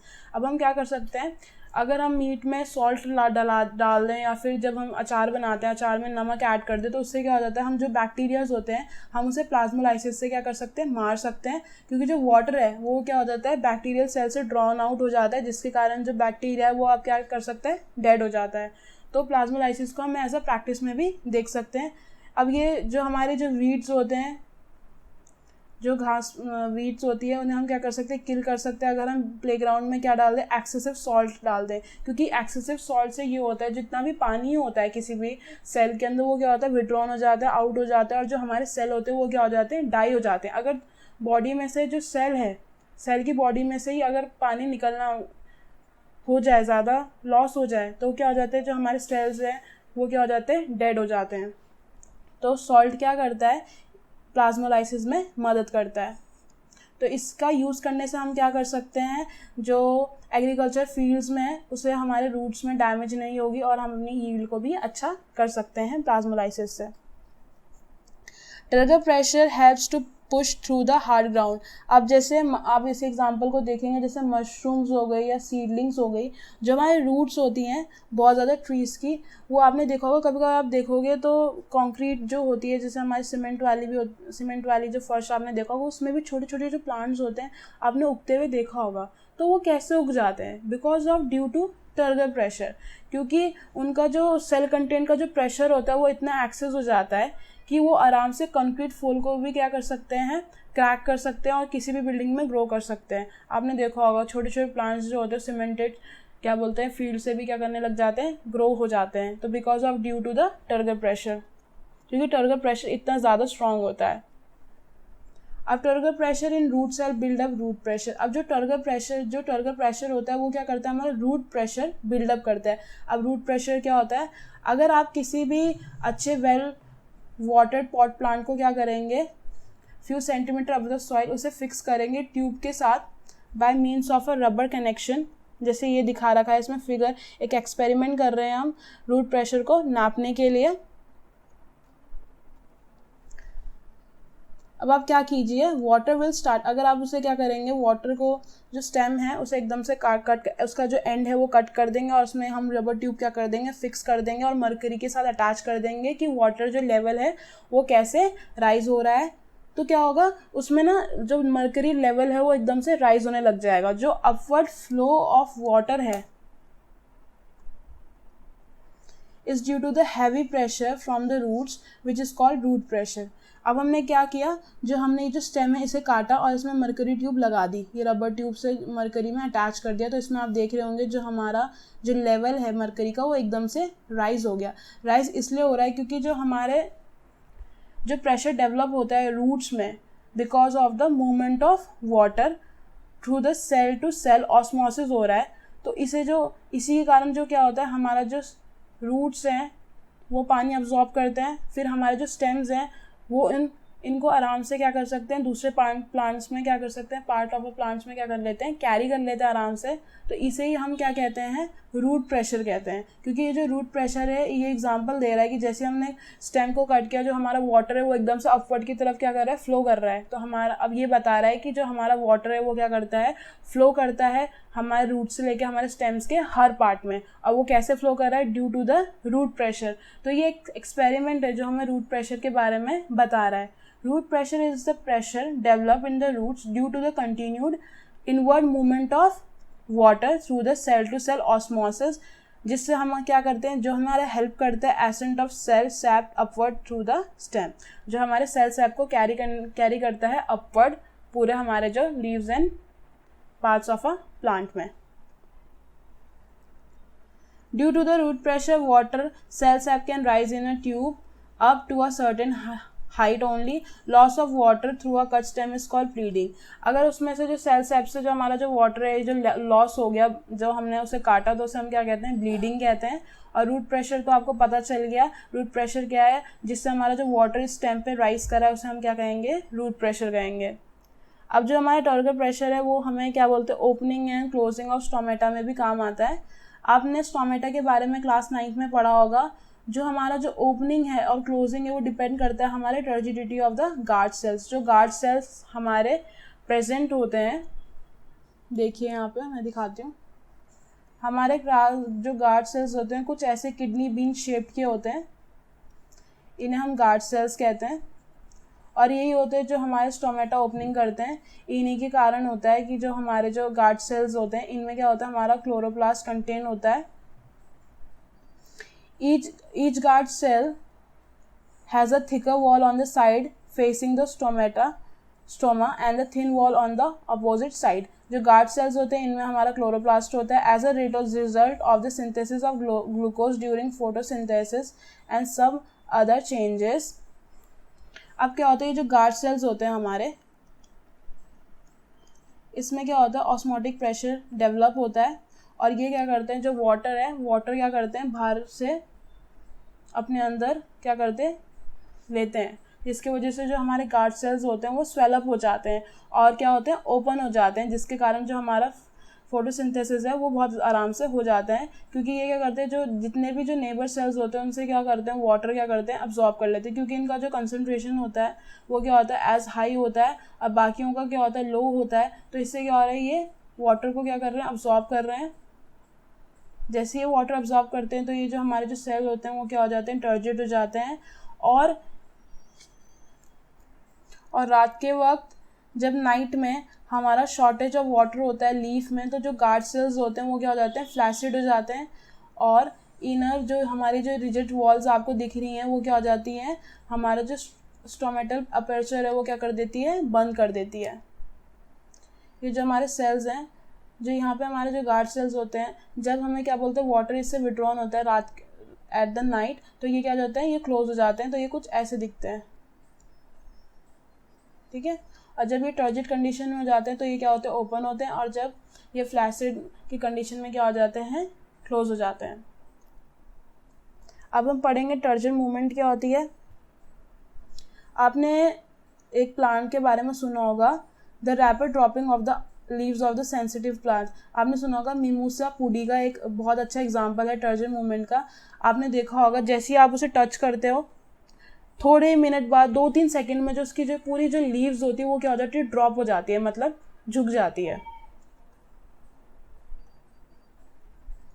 If the leaves, जो हम क्या बोलते हैं, लीव को जब टच करते हैं तो जो हमारा जो स्टिमुलस है, वो स्टिमुलस हमारे जो टच करने का जो स्टिमुलस है उसकी लीव्स जो क्या होती है को पता चलता है, और जो हमारी लीव्स होती हैं वो क्या हो जाती है, एकदम से ड्रॉप होने लग जाती है। Slowly the leaves recover and stand erect. कुछ टाइम बाद जब उस जो स्टिमुलस है वो रिसीव करने के बाद जब वो ड्रॉप हो जाती है, कुछ टाइम बाद वो दोबारा से क्या हो जाती है, रीगेन होती है, रिकवर हो जाती है और दोबारा से कैसे होती है, स्टैंड इरेक्ट हो जाती है। इन दिस प्लांट जो स्टिमुलस है वो हमारे टच से क्या कर रहा है, उनके जो टर्गर प्रेशर को क्या कर रहा है, लॉस कर रहा है। अब यहाँ पे आप साइड में देखिए, मैंने यहाँ पे बता रखा है, ये लीफ है हमारी, ठीक है। जो लीफ को अटैच करता है इसे हम कहते हैं पिटियोल, इसे स्टॉक कहते हैं, जो हमारे लीफ को और हमारा जो लीफ ब्लेड है इसे अटैच करती है। और जो हमारा जो स्वेलन लीफ बेस होता है उसे हम कहते हैं पिलवाइनस, ठीक है। अब हम यहाँ देख रहे हैं, जो मैंने आपको बताया था, जो जैसा हमारा जो प्लांट है, जैसे हम इसके लीफ को टच करते हैं तो उसका जो टर्जिडिटी होती है वो पूरी क्या हो जाती है, लॉस हो जाती है, ठीक है। और इसके वजह से क्या होता है, जो लीफ होता है हमारा ड्रॉप डाउन हो जाता है। जैसे हमारे जो टर्गर मूवमेंट्स होते हैं वो पाए जाते हैं,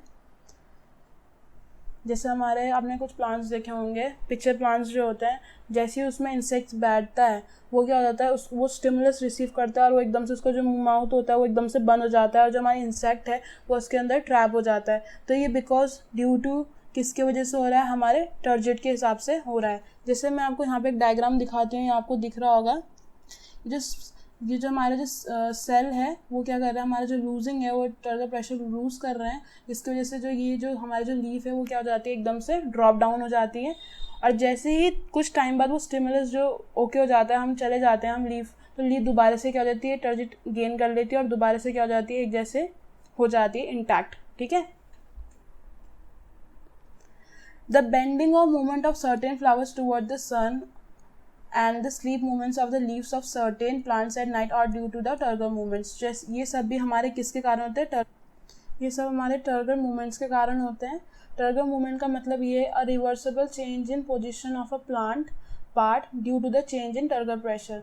एक ऐसा चेंज होता है हमारी क्या बोलते हैं प्लांट में, प्लांट की पोजीशन में, जब हमारा जो टर्गर प्रेशर है वो चेंज हो रहा है। जैसे अभी हमने बात करी थी टच मी नॉट प्लांट, क्या होता है उसके पल्वाइनस के ऊपर से जो पार्ट होता है वो क्या हो जाता है, टर्गर प्रेशर के कारण जो स्टिमुलस रिसीव करता है वो क्या होता है, ड्रॉप डाउन हो जाता है, और उसके नीचे का पार्ट ड्रॉप डाउन नहीं होता है, और कुछ टाइम बाद वो दोबारा से ही वैसा इंटैक्ट हो जाता है। तो ये क्या हो रहा है, हमारा पोजीशन में चेंज आ रहा है पार्ट के प्लांट में, वो भी because of due to the turgor pressure, जो वो प्रेशर डेवलप कर रहे हैं अपने अंदर।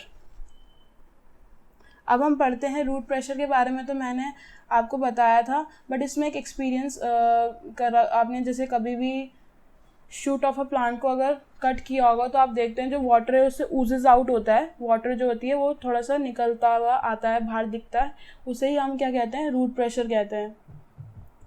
Root pressure is build up due to the cell to cell osmosis in the root tissue, because जैसे हमारा जो टर्जिट सेल है वो प्रेस करता है दूसरे वाले सेल को, जो फोर्स हमारा वाटर लगाता है इनवर्ट सेल के अंदर, इससे क्या होता है जो वाटर होता है वो हमारे जाइलम वेसल की तरफ जाता है, और जिससे हमारे वेसल्स में क्या होता है एक फोर्स प्रोड्यूस होता है, और वही फोर्स क्या करता है हमारे जो वाटर को है कंडक्ट करने के लिए अपवर्ड की तरफ जाता है। अब जैसे यहाँ पे दिख रहा है, ये डायग्राम में देखिए एक सेक्शन दिखा रहा है हमारे पार्ट ऑफ अ रूट का, ये जैसे हमारे रूट हेयर है, इससे हमारा क्या वाटर एंटर हुआ, उसके बाद ये क्या जाएगा, ये जो दूसरी जो पार्ट आपको दिख रहा है ये वाला, इसे हम कहते हैं एपिडर्मिस। एपिडर्मिस मतलब आउटर लेयर। उसके बाद ये हमारा कॉर्टेक्स है, कॉर्टेक्स के बाद ये हमारा एंडोडर्मिस है जो इनर वाला पार्ट है। उसके बाद ये होता है, ये दिख रहा है आपको साइड में, इसे कहते हैं फोइलम और इसे कहते हैं जाइलम। फोइलम हमारा फूड कंडक्टिंग मटेरियल होता है इन द प्लांट, जो हमारे फूड को कंडक्ट करता है प्लांट में, और जाइलम क्या होता है हमारा वाटर कंडक्टिंग होता है। बेसिकली जो जाइलम होता है वो यूनिडायरेक्शनल होता है, वो सिर्फ एक ही डायरेक्शन में वाटर को लेके जाता है, मतलब एक ही डायरेक्शन पर। जो हमारा फोइलम होता है वो मल्टी डायरेक्शनल होता है, क्योंकि हमारे जो फूड होता है वो हर जगह जाता है ऊपर से लेके नीचे तक, तो ये मल्टी डायरेक्शनल हो गया। तो इसमें हमें ये बता रखा है जब हमारा जो टर्जिट सेल होता है वो दूसरे टर्जिट सेल को प्रेस करता है, जो फोर्स हमारा डेवलप होता है, वाटर जब हमारा फ्लो कर रहा है इसके अंदर, ठीक है, और यही वाटर जो है वो जाइलम वेसल के अंदर क्या करता है, हमने वाटर को फोर्स जो हमारा डेवलप हो रहा है इन सब के अंदर, रूट्स के अंदर, और वही फोर्स क्या कर रहा है वाटर को कैरी करके लेके जा रहा है हमारे other parts of a plant में, उसे ही कहते हैं हम रूट प्रेशर। यह आपको क्रॉस सेक्शन एरिया था हमारा पार्ट ऑफ अ रूट का, जिसमें हमें सेल टू सेल कंडक्शन दिखा रखा था रूट हेयर टू जाइलम, क्योंकि जाइलम ही एक ऐसा है जो वाटर कंडक्टिंग है, और यही हमारे पार्ट्स ऑफ अ प्लांट में क्या करता है वाटर को पहुंचाता है।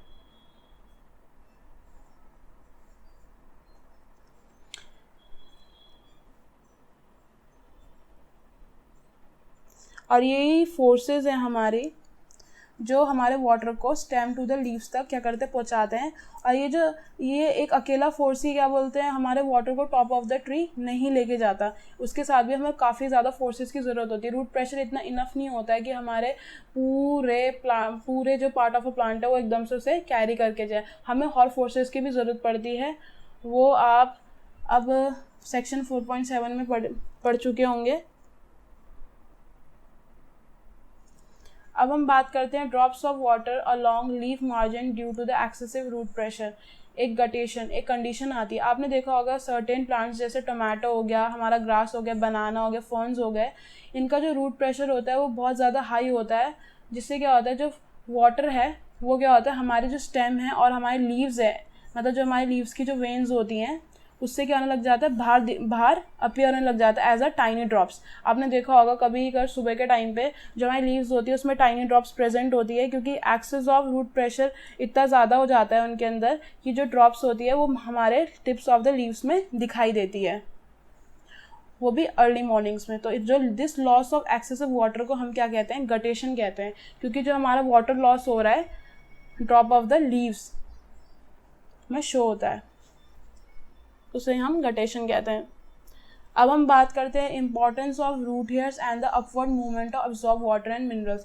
अब हम देखेंगे कि रूट हेयर्स की क्या क्या इंपॉर्टेंस है, ठीक है। Absorption of water by the root is by means of root hairs. ये तो आपने पहले ही पढ़ रखा है, क्योंकि जो हमारा जो रूट में वाटर अब्जॉर्ब होता है वो बेसिकली किसके कारण होता है, हमारे रूट हेयर्स के कारण होता है। और रूट हेयर्स में ऐसा क्या होता है, रूट हेयर्स में बेसिकली हमारा सेल सैप कंटेन होता है, जिसका कंसंट्रेशन हमारे सराउंडिंग कंसंट्रेशन से क्या होता है, बहुत ज़्यादा होता है। और इसी वजह से जो हमारे डिफरेंसेस है ना between the inner and outer, उसकी वजह से जो हमारा वाटर है वो क्या होता है, डिफ्यूज होता है हमारे रूट सेल्स के अंदर। From the cell bearing root hair, water continues to pass adjoining cell one after another to finally enter the xylem vessel। जो हमारा जो वाटर है वो क्या करते हैं, एक दूसरे से कंडक्ट होके जाता है, और जैसे ही वो जाइलम वेसल्स के अंदर जाता है, उसके बाद जाइलम क्या करता है, उन्हें पूरे पार्ट ऑफ अ प्लांट्स में क्या करता है, पहुंचाने की कोशिश करता है, क्योंकि जाइलम ही ऐसा वाटर कंडक्टिंग मटेरियल है, पार्ट ऑफ अ प्लांट है, जो क्या करता है, वाटर को पूरे प्लांट में कैरी करवाता है। The turgidity acquired by the cell is the process. जो हमारा जो टर्जिडिटी हमारे सेल्स डेवलप करते हैं, एक्वायर करते हैं, ये हमारा वाटर को ऑल्सो पुश करता है upwards through the xylem vessel. ये भी हमारे किसके काम आता है, जो वाटर को पुश करता है जाइलम वेसल्स के लिए। अब हम बात करते हैं एब्जॉर्प्शन ऑफ मिनरल एलिमेंट्स। अब जो हमारे मिनरल्स एलिमेंट होते हैं वो किसके द्वारा एब्जॉर्ब होते हैं, एक्टिव ट्रांसपोर्ट के कारण, क्योंकि जो मिनरल एलिमेंट्स होते हैं उनका कंसंट्रेशन भी क्या होता है, हाई होता है सेल सेप के तरह, तो हमें उन्हें फोर्सफुली कैरी करना पड़ता है। तो अब हम क्या करते हैं, उनके लिए हमें एक्टिव ट्रांसपोर्ट करना पड़ता है, क्योंकि जो हमारे जो मिनरल्स हैं वो कैसे एब्जॉर्ब होते हैं, एज अ आयंस होते हैं रेदर देन सॉल्ट्स। वो कैसे एब्जॉर्ब होते हैं, as a ions. The dilution solution of water and mineral salt absorb from the soil by the roots can be used for food manufacture in the leaves. This upward flow occurs to the xylem। अब हम क्या करते हैं, जो हमारा dilute solution बनता है water और मिनरल सॉल्ट्स का, जो एब्जॉर्ब करते हैं हमारे रूट्स, वो हम किसके तरह यूज़ कर सकते हैं, फूड मैन्युफैक्चर की तरह यूज़ करते हैं लीव्स में। और ये क्या हो सकते हैं, इन्हें हम हाईएस्ट पॉइंट्स तक ले जा सकते हैं प्लांट के। दिस अपवर्ड फ्लो, और ये जो अपवर्ड फ्लो होता है ना हमारा, क्या बोलते हैं, highest points of the plant, इसे हम क्या कहते हैं, अकर्स थ्रू द जाइलम। ये जाइलम के थ्रू होता है।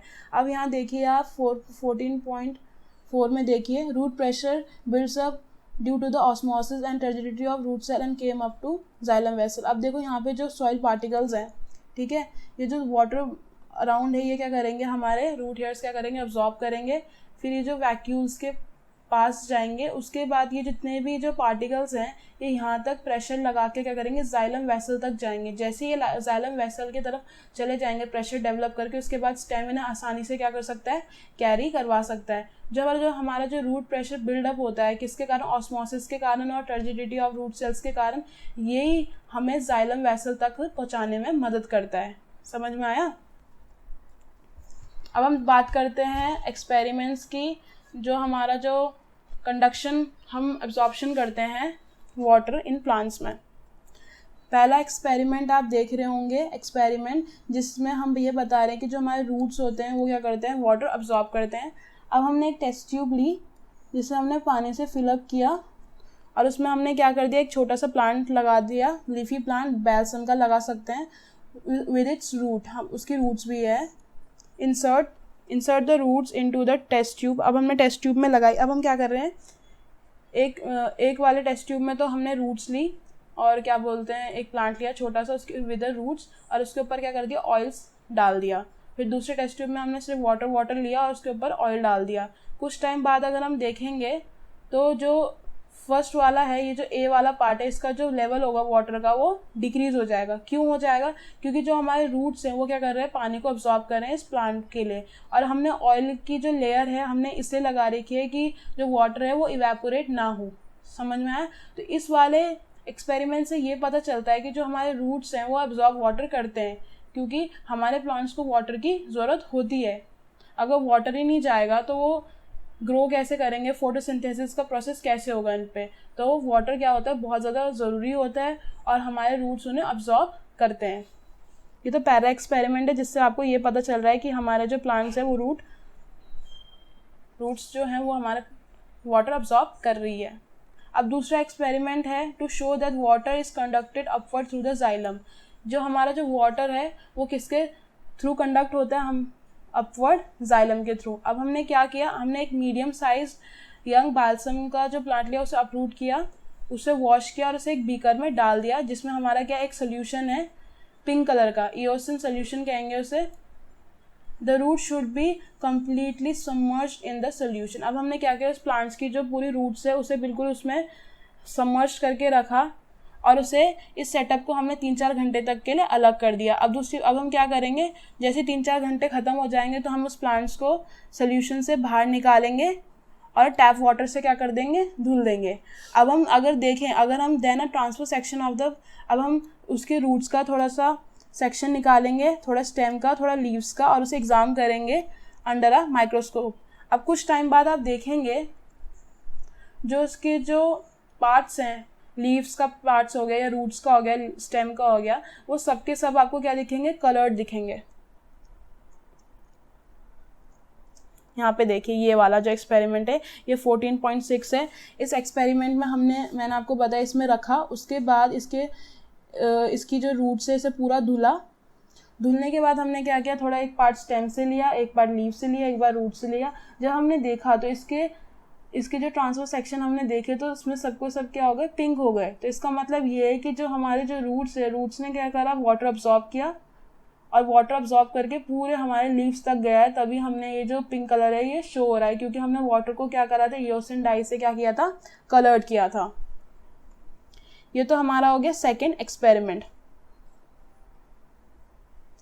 अब इसमें ये दिख रखा है कि जो वास्कुलर बंडल्स होते हैं हमारे in the stem, roots, leaf stalks and the leaf veins are the continuous and form of an unbroken system of tubes. Vascular bundles हम उन्हें ही कहेंगे जो हमारे स्टेम्स के जो पार्ट्स होते हैं, स्टेम्स हो गए, रूट्स हो गए, लीव्स हो गए, लीफ वेन्स हो गए। ये जो हमारी वेन्स जा रही है ना हर जगह, एक कंटिन्यूस ट्यूब जो हर जगह जा रही है हमारे पूरे प्लांट्स को, उसे ही हम क्या कहेंगे, वास्कुलर बंडल्स कहते हैं। क्योंकि ये हमारे ट्रांसपोर्ट में काम आते हैं पूरे सिस्टम में। जैसे ह्यूमन बींग्स में वेन्स होती हैं, वेन्स हमारे पूरे ब्लड को पूरे जगह हमारे पूरे बॉडी पार्ट में कैरी करके चलती है, वैसे ही वास्कुलर बंडल्स हमारे प्लांट्स में होते हैं जो क्या करते हैं, कैरी करके चलते हैं हमारे वाटर को, हमारे मिनरल्स को पूरे पार्ट्स ऑफ अ प्लांट में। तो वाटर एंड सॉल्ट क्या हमारे जाइलम लेके जाता है, और जो हमारा फूड है सब्सटेंस वो कि कौन लेके जाता है, अप एंड डाउन करके फोइलम लेके जाता है। अब देखो जाइलम में यहाँ पे लिखा हुआ ट्रैवल अपवर्ड्स, तो मैंने आपको बताया था जो जाइलम होता है वो यूनिडायरेक्शनल होता है, वो एक ही डायरेक्शन में लेके जाएगा, और जो हमारा फोइलम होता है वो मल्टी डायरेक्शनल होता है, क्योंकि इसमें आपको दिख रखा है अप एंड डाउन। अब हम बात करते हैं एक्सपेरिमेंट थर्ड की। अब हम पढ़ेंगे conduction of water through the xylem. अब जाइलम के थ्रू हमारा वाटर कैसे कंडक्ट होता है। अब हमने क्या किया, फिगर 14.17 देखेंगे। अब हमने 2 लीफी शूट ली बाल्सम प्लांट की, और हमने उसे क्या किया, ये वाले देख रहे हैं इस एक्सपेरिमेंट को, देखो 14.7 हमने 2 ट्यूब ली बाल्सम प्लांट की, ठीक है। ये मैं तुम्हें ये बताना चाहती हूँ, जो हमारा जो जाइलम होता है वो बीच की तरफ होता है कंडक्ट। ये जो हमारा दिख रहा है ये मिडल होता है, जो स्टेम का जो मिडल पार्ट होता है वो हमारा जाइलम होता है, और जो साइड वाला पार्ट होता है, अगर जाइलम का जो साइड वाला पार्ट है उसे हम फोइलम कहते हैं, ठीक है। अभी इसमें देखिए हम एक्सपेरिमेंट शो कर रहे हैं कि हमारा जो वाटर है वो जाइलम के थ्रू कंडक्ट होता है। अब हमने क्या करा, पहली वाली लीफी शूट में तो उसके जो साइड का जो पार्ट है, जो उसकी ग्रिथ है वो क्या कर दी, काट दी, और हमने इसमें लीव्स हैं। तो कुछ टाइम बाद अगर हम देखेंगे तो हमें क्या दिखेगा, जो इसकी लीव्स है वो वैसी इंटैक्ट दिखेगी, विल्ट नहीं होगी। तो इसका मतलब ये जो हमारा वाटर है वो जाइलम के थ्रू कंडक्ट हो रहा है और हमारे लीव्स में जा रहा है।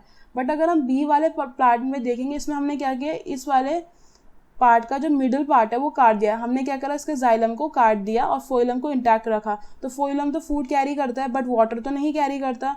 तो इसका मतलब क्या है, जो हमारे लीव्स हैं वो क्या हो जाएंगे, विल्ट हो जाएंगे। तो इसका मतलब ये है, जो हमारा जो जाइलम है वो हमारा वाटर कंडक्टिंग पार्ट है प्लांट का, और वो ही वाटर कंडक्ट करता है हमारे पार्ट्स ऑफ अ प्लांट में। तो इस एक्सपेरिमेंट से हमें ये शो होता है, क्योंकि ए ट्विग हमारी twig with the phloem removed and xylem intact, इसमें हमने क्या करा, फोइलम को हटा दिया पर जाइलम था, इससे हमारा जो वाटर है वो कंडक्ट हुआ। अब बी में हमने क्या करा, जाइलम रिमूव करा पर फोइलम इंटैक्ट था, तो हमारे जो लीव्स हो गए वो क्या हो गए, विल्ट हो गए, मतलब सूख गए।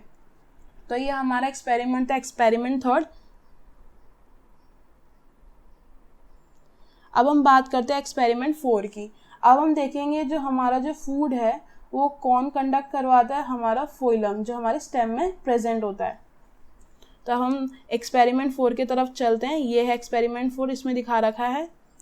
ये हमने एक प्लांट लिया, ठीक है, इसका हमने क्या किया, ये जो ग्रिथ है, इसकी जो ग्रिथ है यानी जो ये बीच का जो ग्रिथ है, डायमीटर है, हमने उसे क्या कर दिया, काट दिया, ठीक है। कुछ टाइम बाद हम देखेंगे जो हमारा जो फूड है वो यहाँ पे जो ये जो पार्ट है हमारे, ये पूरा पार्ट ये वाला, ये क्या हो जाएगा, मोटा होने लग जाएगा, स्वेलअप हो जाएगा। अब ये स्वेलअप क्यों हो रहा है, क्योंकि जो हमारा फूड है वो कैरी हो रहा है, बट क्या हो रहा है, अब वो नीचे तो कैरी हो नहीं पा रहा है क्योंकि यहाँ पे तो हमारा फोइलम है नहीं, तो वो क्या हो रहा है, यहाँ पे स्टोर हो रहा है।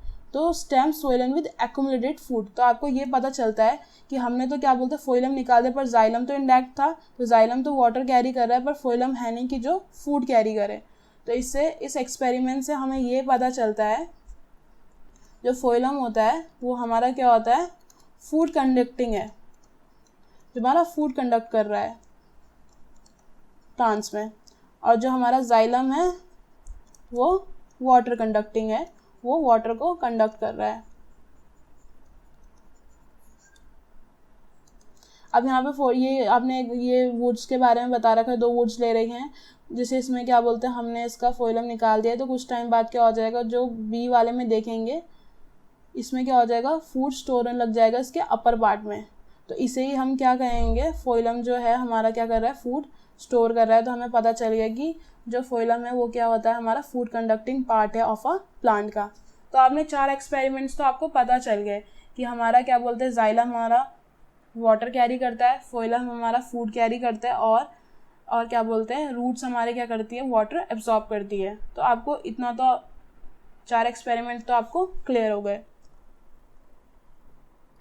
अब हम बात करते हैं फोर्सेस। मैंने आपको बताया था कि हम कुछ फोर्सेस की बात करेंगे कि कौन कौन से फोर्सेस प्रेजेंट होते हैं। Forces contributing to the ascent of sap. अब हमारे जो सैप है, सेल सैप को जो कैरी कर रहा है, उसके लिए कौन से ज़्यादा अपवर्ड मूवमेंट जो हमारा हो रहा है वाटर का, उसके लिए कौन कौन से फोर्सेस इंक्लूडेड है, उन चीज़ों के बारे में हम पढ़ेंगे। पहला तो रूट प्रेशर के बारे में मैंने बता दिया। रूट प्रेशर क्या करता है, सफिशिएंट फोर्स है जो हमारे सैप को पुश करता है जाइलम वेसल तक up to the certain height. ये हमारा इनफ हो सकता है सिर्फ हर्बिशियस वाले प्लांट्स के लिए, क्योंकि हमारा रूट प्रेशर ही नहीं है एक ऐसा फोर्स है जो हमारे जो वाटर को क्या बोलते हैं, कंडक्ट करेगा पूरे पार्ट ऑफ अ प्लांट में। अब हर्बिशियस तो आपको पता है छोटे प्लांट हो गए, बट अगर हम ट्रीज़ की बात करेंगे तो ट्रीज़ तो वैसे ही बहुत ज़्यादा लॉन्ग होते हैं, तो टॉल एंड लॉन्ग, तो उनके लिए कैसे रूट प्रेशर इनफ नहीं होता वाटर को कैरी करने के लिए, तो उसमें हॉर्स फोर्सेस भी लगते हैं, ठीक है। अब हम बात करते हैं कैपिलरिटी। कैपिलरिटी का मतलब होता है नैरो डायमीटर, ठीक है। जो हमारा जो जाइलम वेसल होता है वो causes the water from a lower level to rise to fill up the vacuum created by the loss of water due to the transpiration of the leaves. तो xylem vessel क्या करते हैं, water को lower level से क्या करते हैं, rise up करते हैं, जो वैक्यूम क्रिएट हो रहा है वाटर के लॉस से because of due to the transpiration. जो ट्रांसपिरेशन से हमारा जो वाटर लॉस हो रहा है उसको गैप को फिल करने के लिए जाइलम वेसल क्या करते हैं, राइज अप हो जाते हैं, ठीक है। जितना हमारा जो नैरो होगा डायमीटर ऑफ अ ट्यूब, उतनी ज़्यादा वाटर हमारा राइज होगा, बहुत ज़्यादा, क्योंकि क्या होता है जो हाइट होती है और वाटर राइजिंग जो हो रहा है वो हमारे किस फोर्स पे डिपेंड कर रहा है, कैपिलरी फोर्स पे। तो कैपिलरी फोर्स का मतलब ये जितना कम डायमीटर होगा उतना ही जितना नैरो होगा, जितना कम होगा उतना ही ज़्यादा हमारा जो वाटर है वो सर्टेन हाइट तक क्या होगा, राइज होगा। अब हम बात करते हैं ट्रांसपिरेशन पुल की। ट्रांसपिरेशन पुल क्या होता है, जितना हमारा जो वाटर लॉस होता है लीफ सरफेसेस से ट्रांसपिरेशन से, उतना ही हमारा जो वाटर है, वाटर मॉलिक्यूल्स होते हैं वो क्या होते हैं, पुल्ड अप होते हैं due the tendency of water molecules to remain joint. अब मैंने तुम्हें एक फोर्स के बारे में बताया था, कोहेशन फोर्स क्या होता है। कोहेशन का मतलब होता है जैसे सेम जो सेम चीज़ों को अट्रैक्ट करते हैं, जैसे वाटर मॉलिक्यूल्स के साथ ज्वाइंट होते हैं, उसे हम कोहेशन कहते हैं क्योंकि वो सेम मॉलिक्यूल्स हैं। तो जैसे ही ट्रांसपिरेशन पुल क्या होता है, जैसे ही हमारे जो वाटर लॉस हो रहा है लीफ सर्फेसिस से, जो हमारे मॉलिक्यूल्स हैं वो पुल्ड अप हो रहे हैं, क्योंकि वाटर मॉलिक्यूल्स की टेंडेंसी क्या होती है, एक दूसरे के साथ जुड़ने की होती है। तो ऐसे में क्या होता है, जो हमारा जो वाटर होता है वो ग्रेट कॉन्टीन्यूस वे में हमारे स्टेम पे कैरी हो जाता है। क्यों हो रहा है, क्योंकि देखो वाटर और वाटर एक दूसरे को क्या कर रहे हैं, अट्रैक्ट कर रहे हैं। तो मॉलिक्यूल्स तो क्या एक दूसरे के साथ हैं, पर अब हमारा क्या है, जैसे ही वाटर लॉस हो रहा है तो हमारे जो वाटर मॉलिक्यूल्स हैं ट्रांसपिरेशन के थ्रू क्या कर रहे हैं, हेल्ड अप हो रहे हैं, और टेंडेंसी के हिसाब से वो क्या कर रहे हैं, पुल्ड अप हो रहे हैं ऊपर की तरफ। और जो हमारा वाटर है वो एक कंटिन्यूस फॉर्म में क्या कर रहा है, हमारे स्टेम में कैरी हो रहा है उन लीव्स में जहाँ पे हमारा वाटर लॉस हो रहा है। समझ में आ गया। और इसे क्या कहते हैं, हम ट्रांसपिरेशन पुल कहते हैं, क्योंकि हमारा जब वाटर लॉस होता जा रहा है और हमारे वाटर के मॉलिक्यूल्स क्या कर रहे हैं, दूसरे वाटर के मॉलिक्यूल्स को अट्रैक्ट कर रहे हैं और स्टेम के थ्रू कैरी हो रहे हैं हमारे लीव्स के तरफ।